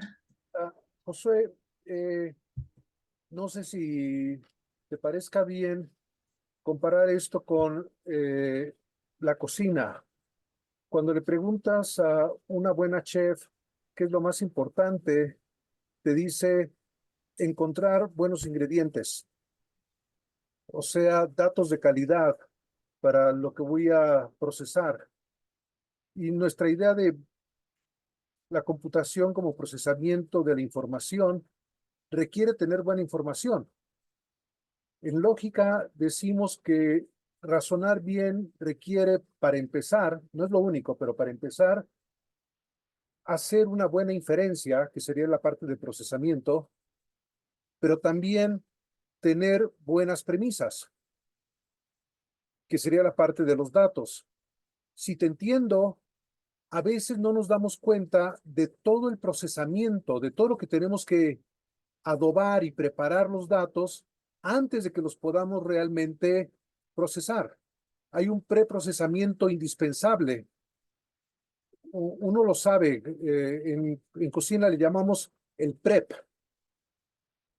Entonces, si te entiendo, eh, sobre todo para los que vemos a la computación como paralela a la teoría del razonamiento, lo que tú nos estás diciendo es pongamos atención a todo el prep, a cómo vas a tener los ingredientes necesarios, adecuados, para que el cliente realmente pueda tener sus necesidades o intereses satisfechos. Porque si no, como dice Reis, es una jungla, es un desastre y encima de ello queremos poner inteligencia artificial cuando no hemos preparado el terreno. Vamos a tener una serie de tonterías artificiales si no le prestamos atención a la ingeniería de datos. ¿Eso es lo que nos quieres decir, Josué, o te estoy malentendiendo?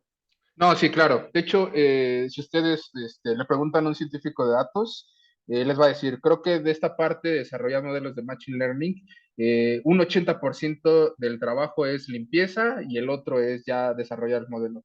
Porque siendo ya un poco más prácticos, ya cuando se desarrollan los modelos, a lo mejor ahorita se pudiera pensar que involucra así como que, ay, está haciendo algo muy maravilloso, pero en realidad ya hay librerías como TensorFlow, como PyTorch, donde en realidad ya solo tú haces un par de líneas donde dices, bueno, punto,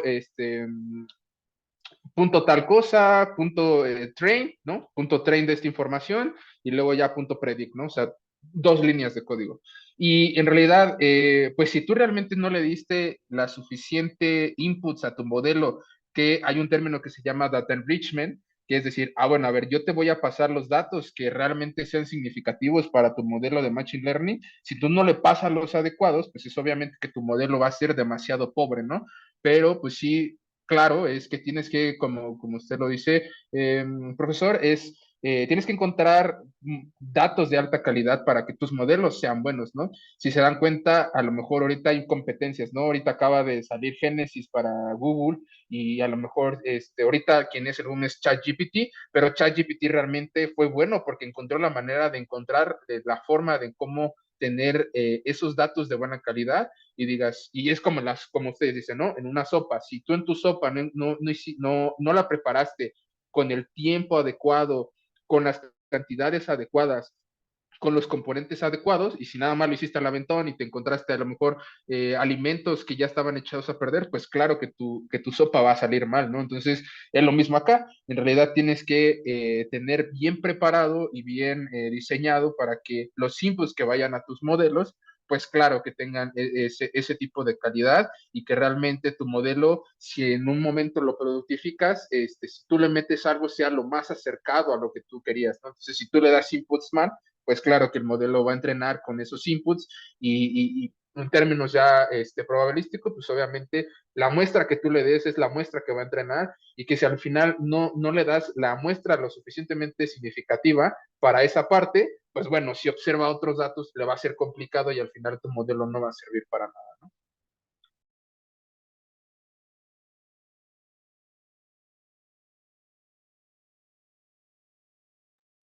Y si me permites, Josué, mucha gente se queja de el exceso de información, information overload, pero ¿no dirías tú que en parte es cuando no hay una buena ingeniería de datos? Si Google te avienta los resultados sin jerarquizar o poniendo los datos primero de la gente que le pagó por poner los datos primero, entonces se pervierte la base sobre la cual tú vas a tomar decisiones, sobre la cual vas a reflexionar. Y entonces sí puede haber un problema grave de que hay demasiados datos porque están desorganizados, son de mala calidad, a veces son falsos y tú no ha habido el servicio previo de filtrarlos, depurarlos y asegurarnos de que están listos para ser manejados ya por funciones del siguiente nivel. Pero desde el principio ya es el procesamiento de los datos y solamente hay information overload, exceso de información, cuando no hemos sabido hacer todo ese trabajo de bibliotecario, de organización de la información que los usuarios u otras rutinas van a manejar después. Sí, Tal vez claro. demasiado optimista, no sé qué opinas tú, José, de que No, no no, no, estoy. demasiada información, lo que hay es desorganización en ella.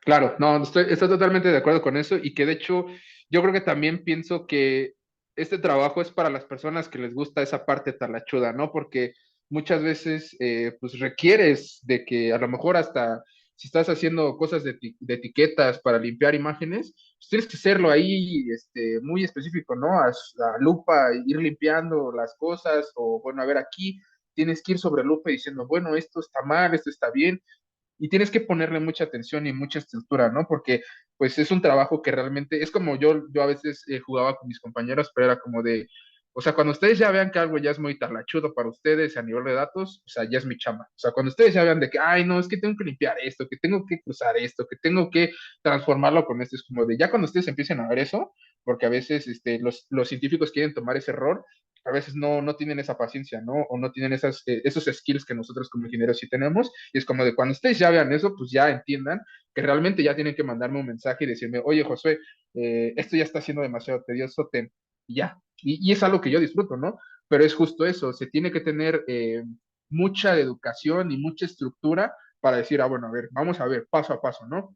Y que si en realidad tú tienes esta información, pero la avientas y no tiene ni siquiera estructura, no la limpiaste ni nada, pues obviamente pues está todo desorganizado y tienes demasiada información, pero no tienes buena información, ¿no?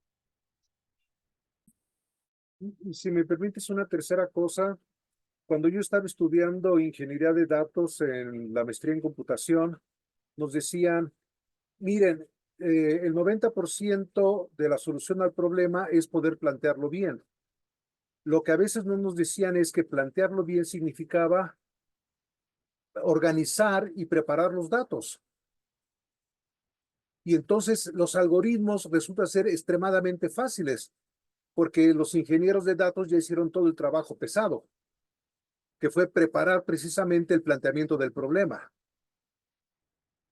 Sí, claro. Y aparte creo que muchas veces cuando ya se está haciendo ese train, lo que sea, de algo del modelo, muchas veces es como de, pues nada más tengo esta info, ¿no? Esta info construye mi modelo y es como de, no, tienes que estar en una etapa de data enrichment de la información y donde es como de, oye, ve con el ingeniero y dile que me escrapee información de la página web de no sé, de intercambio de cambio de moneda, ¿no? O ve y que me traiga información, a lo mejor, por ejemplo, aquí de México, de datos públicos, ¿no? A lo mejor, ¿qué puedo encontrar de datos públicos para cruzarlo con la información que tengo, ¿no? Ejemplo, ahorita en temas de violencia es como de, ah, bueno, tienes estos datos, pero necesitamos información de donde tú puedas ir a sacarlos, ¿no? Entonces vas, scrapeas, donde sea público y legal, obviamente, vas, extraes esa información y dices, ah, tengo ahora esta información de estados, ¿no? Cantidad de estados que más violentos y lo cruzas con tu información, ¿no? O dices, ah, bueno, a ver, tengo aquí específicamente qué tipos de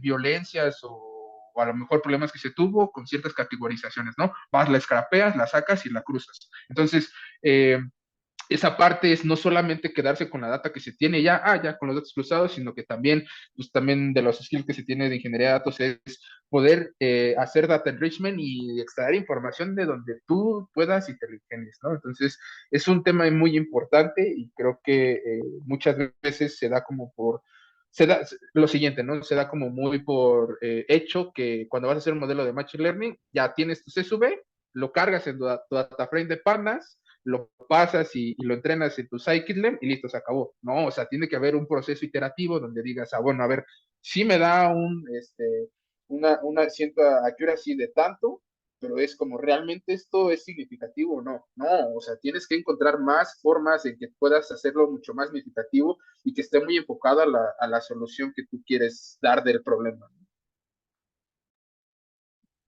Muchas gracias, José. Para mí, lo que tú describes es el corazón del método científico. Ah, sí, muchas veces también he escuchado ese tipo de comentarios cuando hablo de ingeniería y la verdad es que es un gusto tener ese tipo de comentarios en esas pláticas. Muchas gracias. No, cuando lee uno el origen de las especies, de 400 páginas, 390 son la acumulación, selección y presentación de los datos. Y son 10 páginas de ¿y qué hago con esos datos? ¿Qué concluyo? Pero si Sí, no hay exacto. esa parte del iceberg, no es científico. Si me salto la evidencia y la preparación correcta de la evidencia, no tengo ciencia. Y esos son los Sí, datos que hay que organizar. Y es claro. una Sí, sí, talacha sí. tremenda. Y es lo que no nos enseñan normalmente en la escuela. Es la parte del método científico que nos saltamos la recopilación de datos, de evidencias, para poder llegar a conclusiones justificadas. Sin Entonces, duda, sin duda. gracias, Josué, por tu presentación. No, a ustedes, gracias. Sí, Sí, yo también la verdad estoy muy contenta con esta plática porque creo que es algo que nunca se toca mucho y que sí debería de ser como mucho más importante tenerlo en mente, ¿no? Todo el tiempo. Y bueno, pues a ver si ahorita alguien se anima a preguntar algo. Yo te quería preguntar, cuando mencionaste lo de las tres Bs, ¿no? Volumen, valor, velocidad, me parece. Sí, ujú. Algunos ponían más de esas Bs, ¿no? Entonces a veces se ponía veracidad. Y sé que luego como que ya nos insistió mucho en ella porque era complicado garantizar eso. Pero yo quería preguntarte si tú crees que hay como buenas razones para intentar ponerla o no, o si tiene que ver con esto que ahorita justamente estaba preguntando el doctor Raimundo, si bastaría como con acomodar los datos o con esta limpieza de datos, como que podríamos garantizar algo así como la verdad de lo que está implicado, si se Ah, no, puede, claro. ¿no? Ajá. Sí, yo creo y creo que es el término de data quality, ahí pues, no hundé mucho, pero sí, o sea, creo que les decía, ¿no? Creo que no solo es mover como de un lado a otro y ya está estructurado y listo. Muchas veces, digo, ahí ya se tiene que tener conceptos también un poco a lo mejor estadísticos, probabilísticos, y es decir, ah, bueno, a ver, pues le voy a pasar una prueba de normalidad a los datos, ¿no? A ver qué tipo de distribución tiene, una chi cuadrada, una Kolmogorov-Smirnov, le voy a decir, a ver, no sé, la kurtosis, le paso una desviación estándar, una varianza, una media, moda, todos los estadísticos, ¿no? Entonces, esos estadísticos pues ya te acercan a que digas, bueno, a ver, no solo es que mueva de un lado a otro, sino que tengo que tener cuidado, ¿no? También igual puedo hacer conteos y puedo decir, ah, bueno, a ver, este, y que digo, bueno, a ver, creo que esta información no debería de tener valores nulos, ¿no? O a lo mejor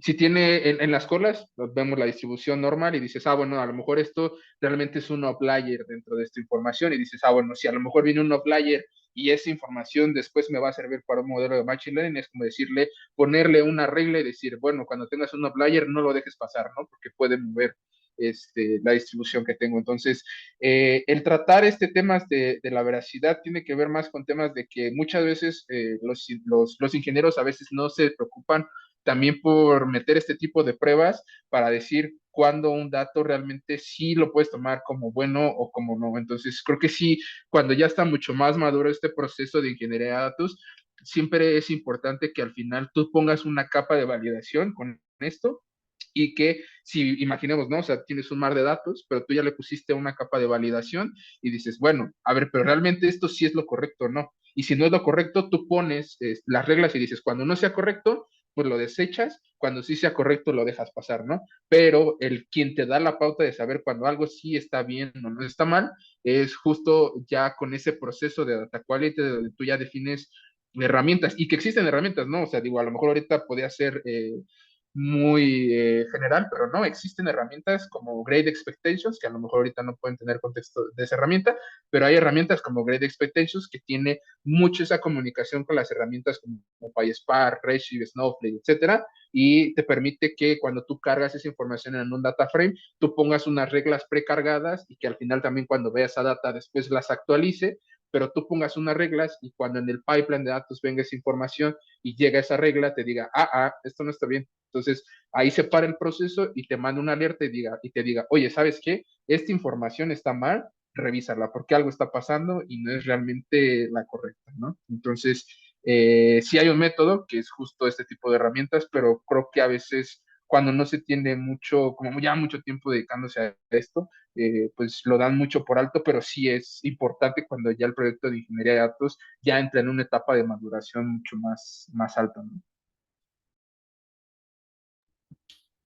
No, ok, no, súper interesante, ¿eh? Está muy bien irse enterando de todo esto. Eh, y bueno, ahorita que mencionabas, por ejemplo, como estas jerarquías entre las personas que trabajan con estos datos, ¿no? Y como los diferentes niveles en los que se encuentran. No sé si nos podrías como decir un poquito de cómo, o sea, alguien que quisiera usar esto para hacer algo específico, ¿no? Una aplicación de empresa o una aplicación científica o lo que sea, ¿qué tantas personas tendrían que estar involucradas, digamos, en lograr llegar a ese objetivo? Un poco está en términos como de lo que tuvieron que haber estudiado o de lo que tendrían que saber o qué hacer específicamente cada una de ellas, ¿no? Y como dijiste ahorita, ¿no? Cuando se empieza a complicar mucho cierta cosa, ya me hablan a mí, que soy el ingeniero y ya les ayudo con eso. O sea, un poco eso, como quiénes están jugando, digamos, ¿no? ¿Quiénes son los jugadores que están aquí en cuestiones como estas? Que, por ejemplo, no sé si, bueno, ahora ya hay carreras, creo, ¿no? Como de ciencia de datos tal cual o ingeniería o así, pero tiene poco tiempo que se fueron desarrollando, ¿no? Entonces, no sé si me podrías, como si nos pudieras decir un poquito como el mapa, ¿no? De qué habría, quiénes estarían y cómo funciona el proceso más o menos. Sí, claro, o sea, y ahí les va a sorprender igual por algo que les voy a decir, ¿no? Pero sí quisiera hacer una cota respecto a mi respuesta porque eh, se ve como siempre en dos bloques, ¿no? El área que desarrolla la aplicación, ¿no? O sea, los que son desarrolladores, los que desarrollan la aplicación, los que montan una página web, los que levantan una aplicación de escritorio. Son perfiles específicos para desarrollar la aplicación, ¿no? Entonces son quien, ahorita en tu celular, quien hace las aplicaciones del App Store, del App Store, de la Play Store, etcétera. Ese es un perfil que es de IT que esté enfocado en el desarrollo del producto de la aplicación, ¿no? Ese es como yo lo veo, como ese es un bloque, ¿no? Los que desarrollan la aplicación. Ahora, eh, al principio cuando les enseñaba este proceso de KDD, al principio si se dan cuenta, nosotros empezamos después de que ya se tiene esa información. Ahora, quisiera eso acotarlo, ¿no? Porque los perfiles de data empiezan después de que se tiene eso y obviamente también enriqueciendo más cosas, ¿no? Ahorita creo que me podría enfatizar, a lo mejor hasta en 4 perfiles, pero el primero es el científico, obviamente que es el que tiene como más, se conoce más, ¿no? El científico de datos, el arquitecto de datos, el ingeniero de datos y el Machine Learning Engineer, ¿no? Ahorita ya está más evolucionado el concepto y se le dice MLOps, ¿no? Ahora, ¿cómo es el funcionamiento? Vale, entonces ya ahorita digo, esta parte de lo que hace es, ok, el ingeniero limpia, construye, disponibiliza, ¿no? Luego llega el científico de datos, desarrolla el modelo y dice, bueno, yo te entrego un punto pico, ¿no? Que el punto pico es el archivo que tú ya tienes que poner en producción para hacer estos modelos de Machine Learning, ¿ok? Entonces ahí ya después entra el MLOps, que lo que hace es tomar este punto pico, desarrollar una aplicación que es diferente, ¿no? A la que les está diciendo de acá, pero desarrolla una aplicación para que puedas generar ya las predicciones del Machine Learning, ¿no? Y lo que hace el MLOps es productificar este modelo, que muchas veces cuando no hay envelopes también entra luego el ingeniero a sustituir ese error, ¿no? Pero esa es la chama del MLOps, ¿no? Entonces, vaya, me falta uno, pero quiero dejarlo al final, pero es el ingeniero limpia, el científico desarrolla el modelo y el MLOps productifica, ¿no? Y el arquitecto de datos, que también a veces el, el, lo puede hacer también el ingeniero de datos.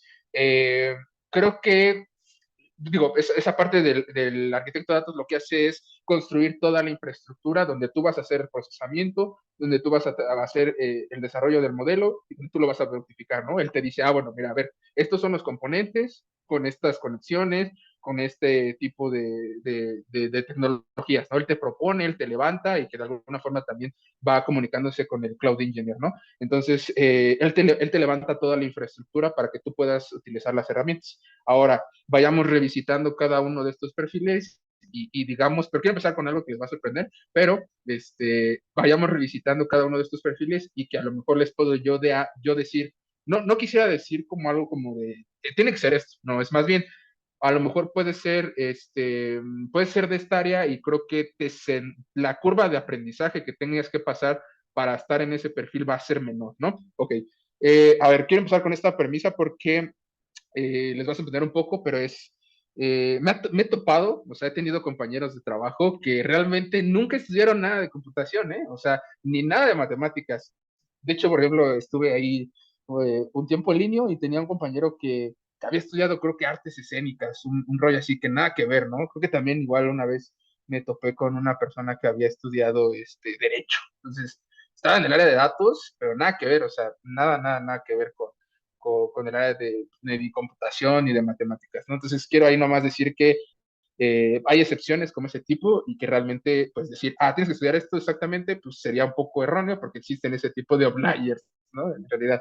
Entonces, pero ya a lo mejor diciendo qué tipo de carreras son las que se te pudieran estudiar, o bueno, más, sí, digamos, qué conocimientos se tiene que tener para que la curva de aprendizaje sea menor, es bueno. Quiero dejar el ingeniería de datos al final, no quiero abundar en los otros, y es bueno, para la parte de ciencia de datos, pues bueno, o sea, carreras tanto de matemáticas como de actuaría, como de física, como de ciencias de la computación, ¿no? Ingeniería, todas las ingenierías. También hay muchas ingenierías que están involucradas en ciencia de datos, ¿no? Entonces, les repito, pueden estudiar matemáticas, matemáticas aplicadas, ¿no? Por ejemplo, o también como de mi parte, que es matemáticas aplicadas y computación, física, ingenierías, porque he topado mucha gente que me estudia ingeniería, no sé, por ejemplo, me he encontrado también mucho si no mal recuerdo, ingeniería mecánica, que igual también estaba incursionando acá. Entonces, esas carreras también les cuesta mucho, les cuesta menos integrarse a ciencia de datos cuando vienen de ese tipo de carreras, ¿no? Obviamente también, creo que lo esencial también es estudiar, si quieres ser científico y le quieres dar desde un principio, pues estudia ciencia de datos, ¿no? O sea, pues ya están enfocados a eso. Ah, ahora, para la parte de MLOps, ahí creo que ya se empieza a despegar un poco. Digo acá entonces, para enfatizar la parte de ciencia de datos o ingeniero científico de datos, creo que toda la parte que involucre matemáticas les va a costar menos, porque obviamente ahí tienen que tocar modelos, ¿no? Regresión logística, regresión lineal, distribuciones, probabilidad, etcétera, toda la mate, ¿no? Álgebra lineal, etcétera, etcétera, etcétera, ¿no? Entonces la curva para aprender cosas que se vayan hacia allá va a ser menor, ¿no? Ahora, para la parte de MLOps, creo que sí es importante a lo mejor que puedan tener alguna carrera que esté involucrada con el área de matemáticas, pero ya está muy enfocada, ya empieza a tener ciertas tonalidades de software. Entonces, me ha tocado mucho que casi los que son MLOps, pues vienen de muchas ingenierías, ¿no? O sea, vienen de ingeniería eléctrica. Me ha tocado, por ejemplo, también compañeros que estudiaron ingeniería mecatrónica. Eso también es muy común, ¿no? O sea, esa carrera de ingeniería mecatrónica es muy interesante. Bueno, o sea, me ha tocado muchísimo. Otra cosa, antes de que se me olvide también, igual para ciencia de datos, también me ha tocado que muchos economistas se dedican a la parte de ciencia de datos, ¿no? Bueno, regresando, de acá de MLOps, tiene mucho background de software engineering, entonces, pues ingenierías en computación, ingenierías en sistemas, ciencias de la computación, ¿no? De la parte de arquitectura, sí, ya tal cual, bueno, digo, está medio raro porque justo como que soy también de esos suppliers que estudiaron bueno, no tanto así porque tengo mi otra parte, mi híbrido, o sea, como que soy híbrido matemáticas, híbrido computación, entonces, por eso puede saltar, pero del área de arquitectura, digo, yo nomás, o sea, soy arquitecto e ingeniero, entonces, del área de arquitectura, pues ya es más bien del área de software igual, o sea, ingeniería en computación, ingeniería en sistemas, etcétera, etcétera, ¿no? Del área de computación. Me ha tocado que muchísimo, y también otras cosas creo que igual, o sea, como para dar ejemplos ya personales, yo he conocido muchos que son de arquitectura, bueno, ahorita también diré de ingeniería, pero vienen, por ejemplo, de Lupixa, ¿no? Digo, no tengo mucho contexto también allá, pero también muchos de allá, del área también de ciencias de la computación, ¿no? Etcétera, etcétera. Y de ingeniería de datos, igual, o sea, creo que arquitectura, ingeniería y MLOps están en esa misma bolsita donde pues son ingenieros en software, ingenieros en sistemas, ciencias de la computación, ¿no? Digo, bueno, o sea, también he conocido muchos de mi carrera que son matemáticas aplicadas y computación, pero nada, o sea, como les decía al principio, en realidad esto no está nada escrito, o sea, no hay nada escrito en piedra para decir, bueno, tienes que estudiar esto para poder ser esto, ¿no? En realidad, creo que la curva de aprendizaje puede ser menor y más, pero les digo, me ha tocado, o sea, que economistas estén en ingeniería de datos, que abogados estén en ciencia de datos, ¿no? O que a lo mejor de artes escénicas, como les había comentado de mi compañero, estén en ingeniería, o sea, eso no hay nada escrito, pero recalcando lo mismo, es si quieren que la curva de aprendizaje a lo mejor sea un poco más liviano, pues estudien, si es para ciencia de datos, pues cosas de matemáticas, pero si van a hacer ingeniería y así, pues estudian de esta. Ahora, creo que lo que a mí me ha ayudado más, y esto ya es una expertise personal, es creo que del área de ingeniería de datos, si estudian matemáticas y se van a ingeniería de datos, les va a servir más, ¿eh? O sea, bueno, ahí a lo mejor se pensaría que no, pero a mí sí me ha funcionado más porque obviamente tengo más contexto cuando tengo que trabajar de cerca. Ah, bueno, porque se trabaja mucho de cerca los ingenieros cuando son empresas de ciencia de datos, se trabaja muy de cerca con científicos de datos, ¿no? Entonces, cuando tú le entiendes el contexto y realmente estás hablando el mismo idioma que él, tú ya sabes cómo preparar los datos o realmente qué es lo que tengas que construir para entregárselos y que ellos hagan los modelos, ¿no? O cuando tienes que productificar y te dicen, ah, no, productifica la red neuronal o cosas así, es como que tú ya tienes un contexto de lo que es y ya no te cuesta trabajo y si algo en algún punto pues tú te toca optimizarlo, recalibrarlo o productificarlo, pues ya es menos, ¿no? Entonces digo, ahí como que a grandes rasgos más o menos esa sería mi respuesta. Ah, pues muy bien, muy interesante. Pues queda un poquito de tiempo. Creo que no hay muchas preguntas más por parte del público. No sé si alguien quiera.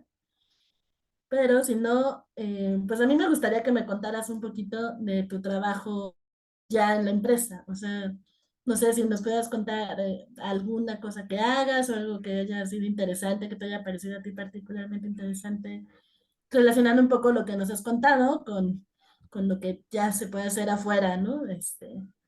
Cuando uno ya se va a trabajar a algún lugar. Claro, ahorita, bueno, les puedo ahí contar esta información de que voy saliendo apenas de Walmart, ¿no? O sea, apenas tengo una semana ya incorporándome a este nuevo trabajo. Eh, Hay trabajos que ya me ha tocado que ya tienen sus estándares de desarrollo, ¿no? Es como decir, ah, bueno, a lo mejor me tocaba que en Walmart tenían ya sistemas definidos, habían cosas ahí que ya tenía que utilizar, ¿no?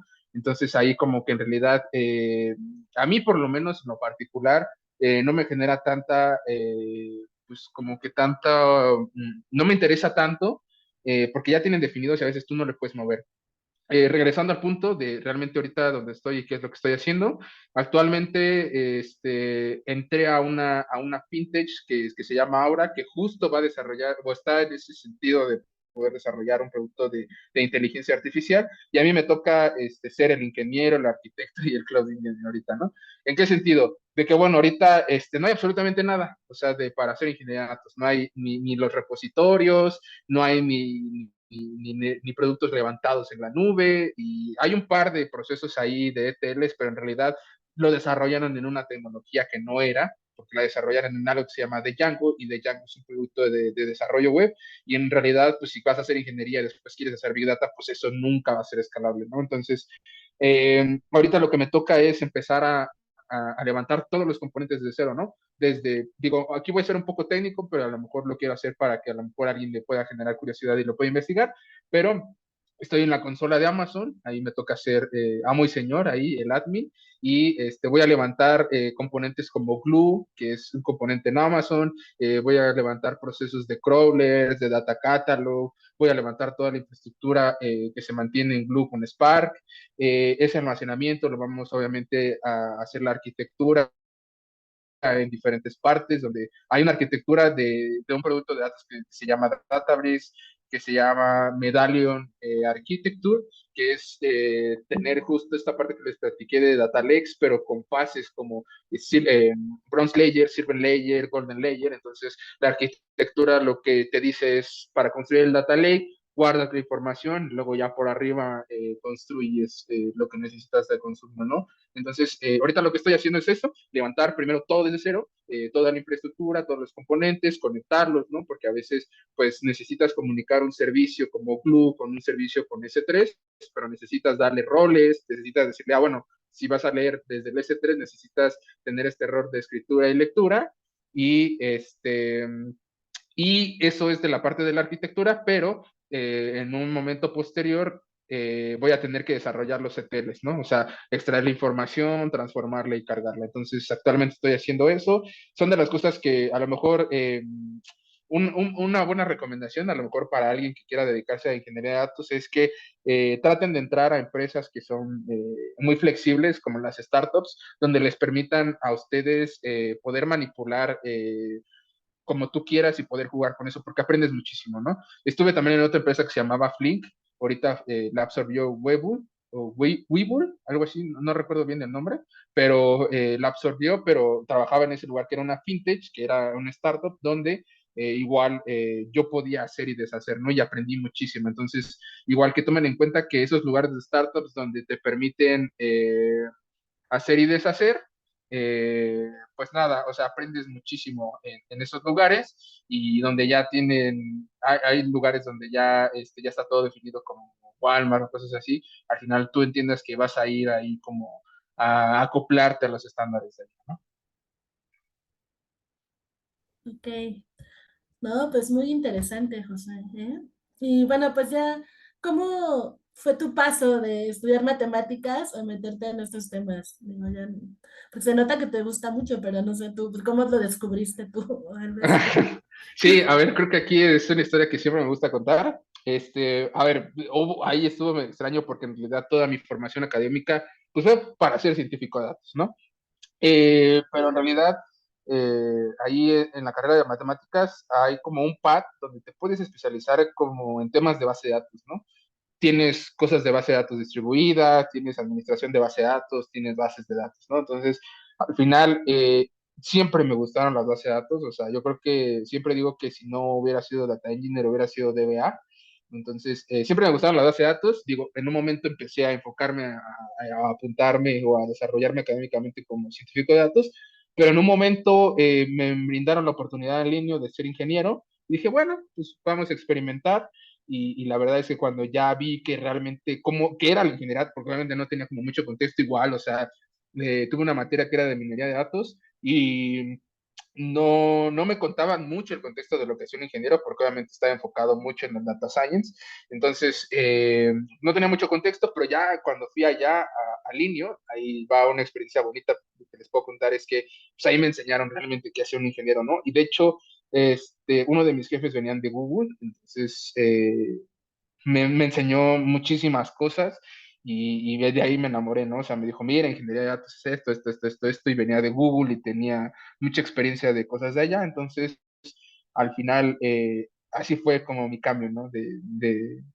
ser científico a ser ingeniero. Una, por la oportunidad, dos, porque siempre pues, me gustaron las bases de datos, ¿no? Entonces, como que en un momento ya, pues sí, estaba yo ahí desarrollando mis modelos, pero ya después yo como que haciendo esa retrospección hacia lo que yo estaba haciendo ya no me sentía muy satisfecho y decía, yo ya me empezaba a cuestionar y decía así como de, no, o sea, ya tengo que realmente buscar algo que me guste y pues ya en ingeniería de datos me sentí completamente satisfecho. Nada, pues muy bien. Pues muy interesante, José, de verdad, muchísimas gracias por tu plática. La verdad, yo aprendí muchísimo, yo creo que los que nos acompañaron también.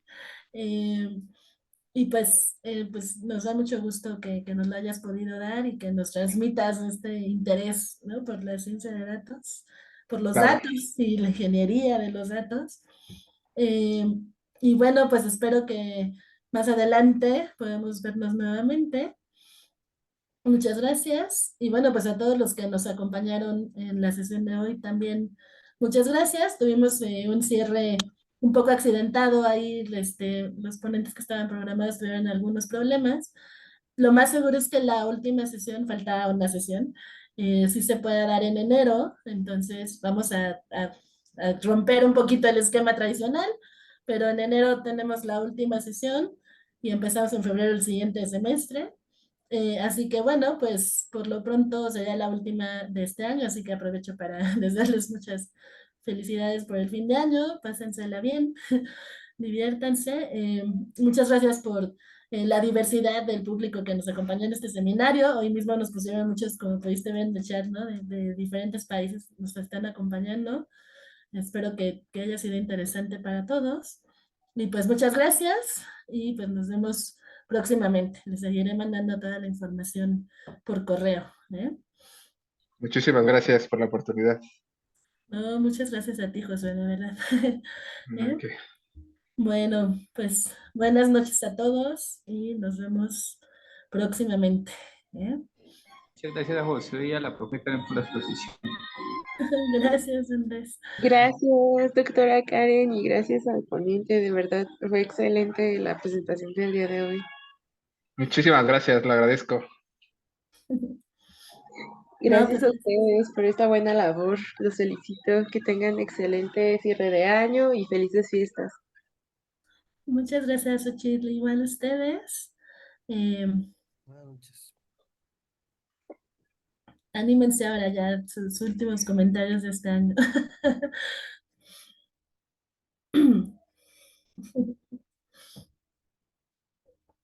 Bueno, muchas gracias por acompañarnos. ¿Eh? Ok, bueno, pues entonces lo dejamos aquí. Muchas gracias, José, y seguimos en contacto, ¿eh? Claro que sí, hasta luego, cuídense. Hasta luego. Gracias, José. Gracias, profe Karen. Bendiciones. Gracias igualmente.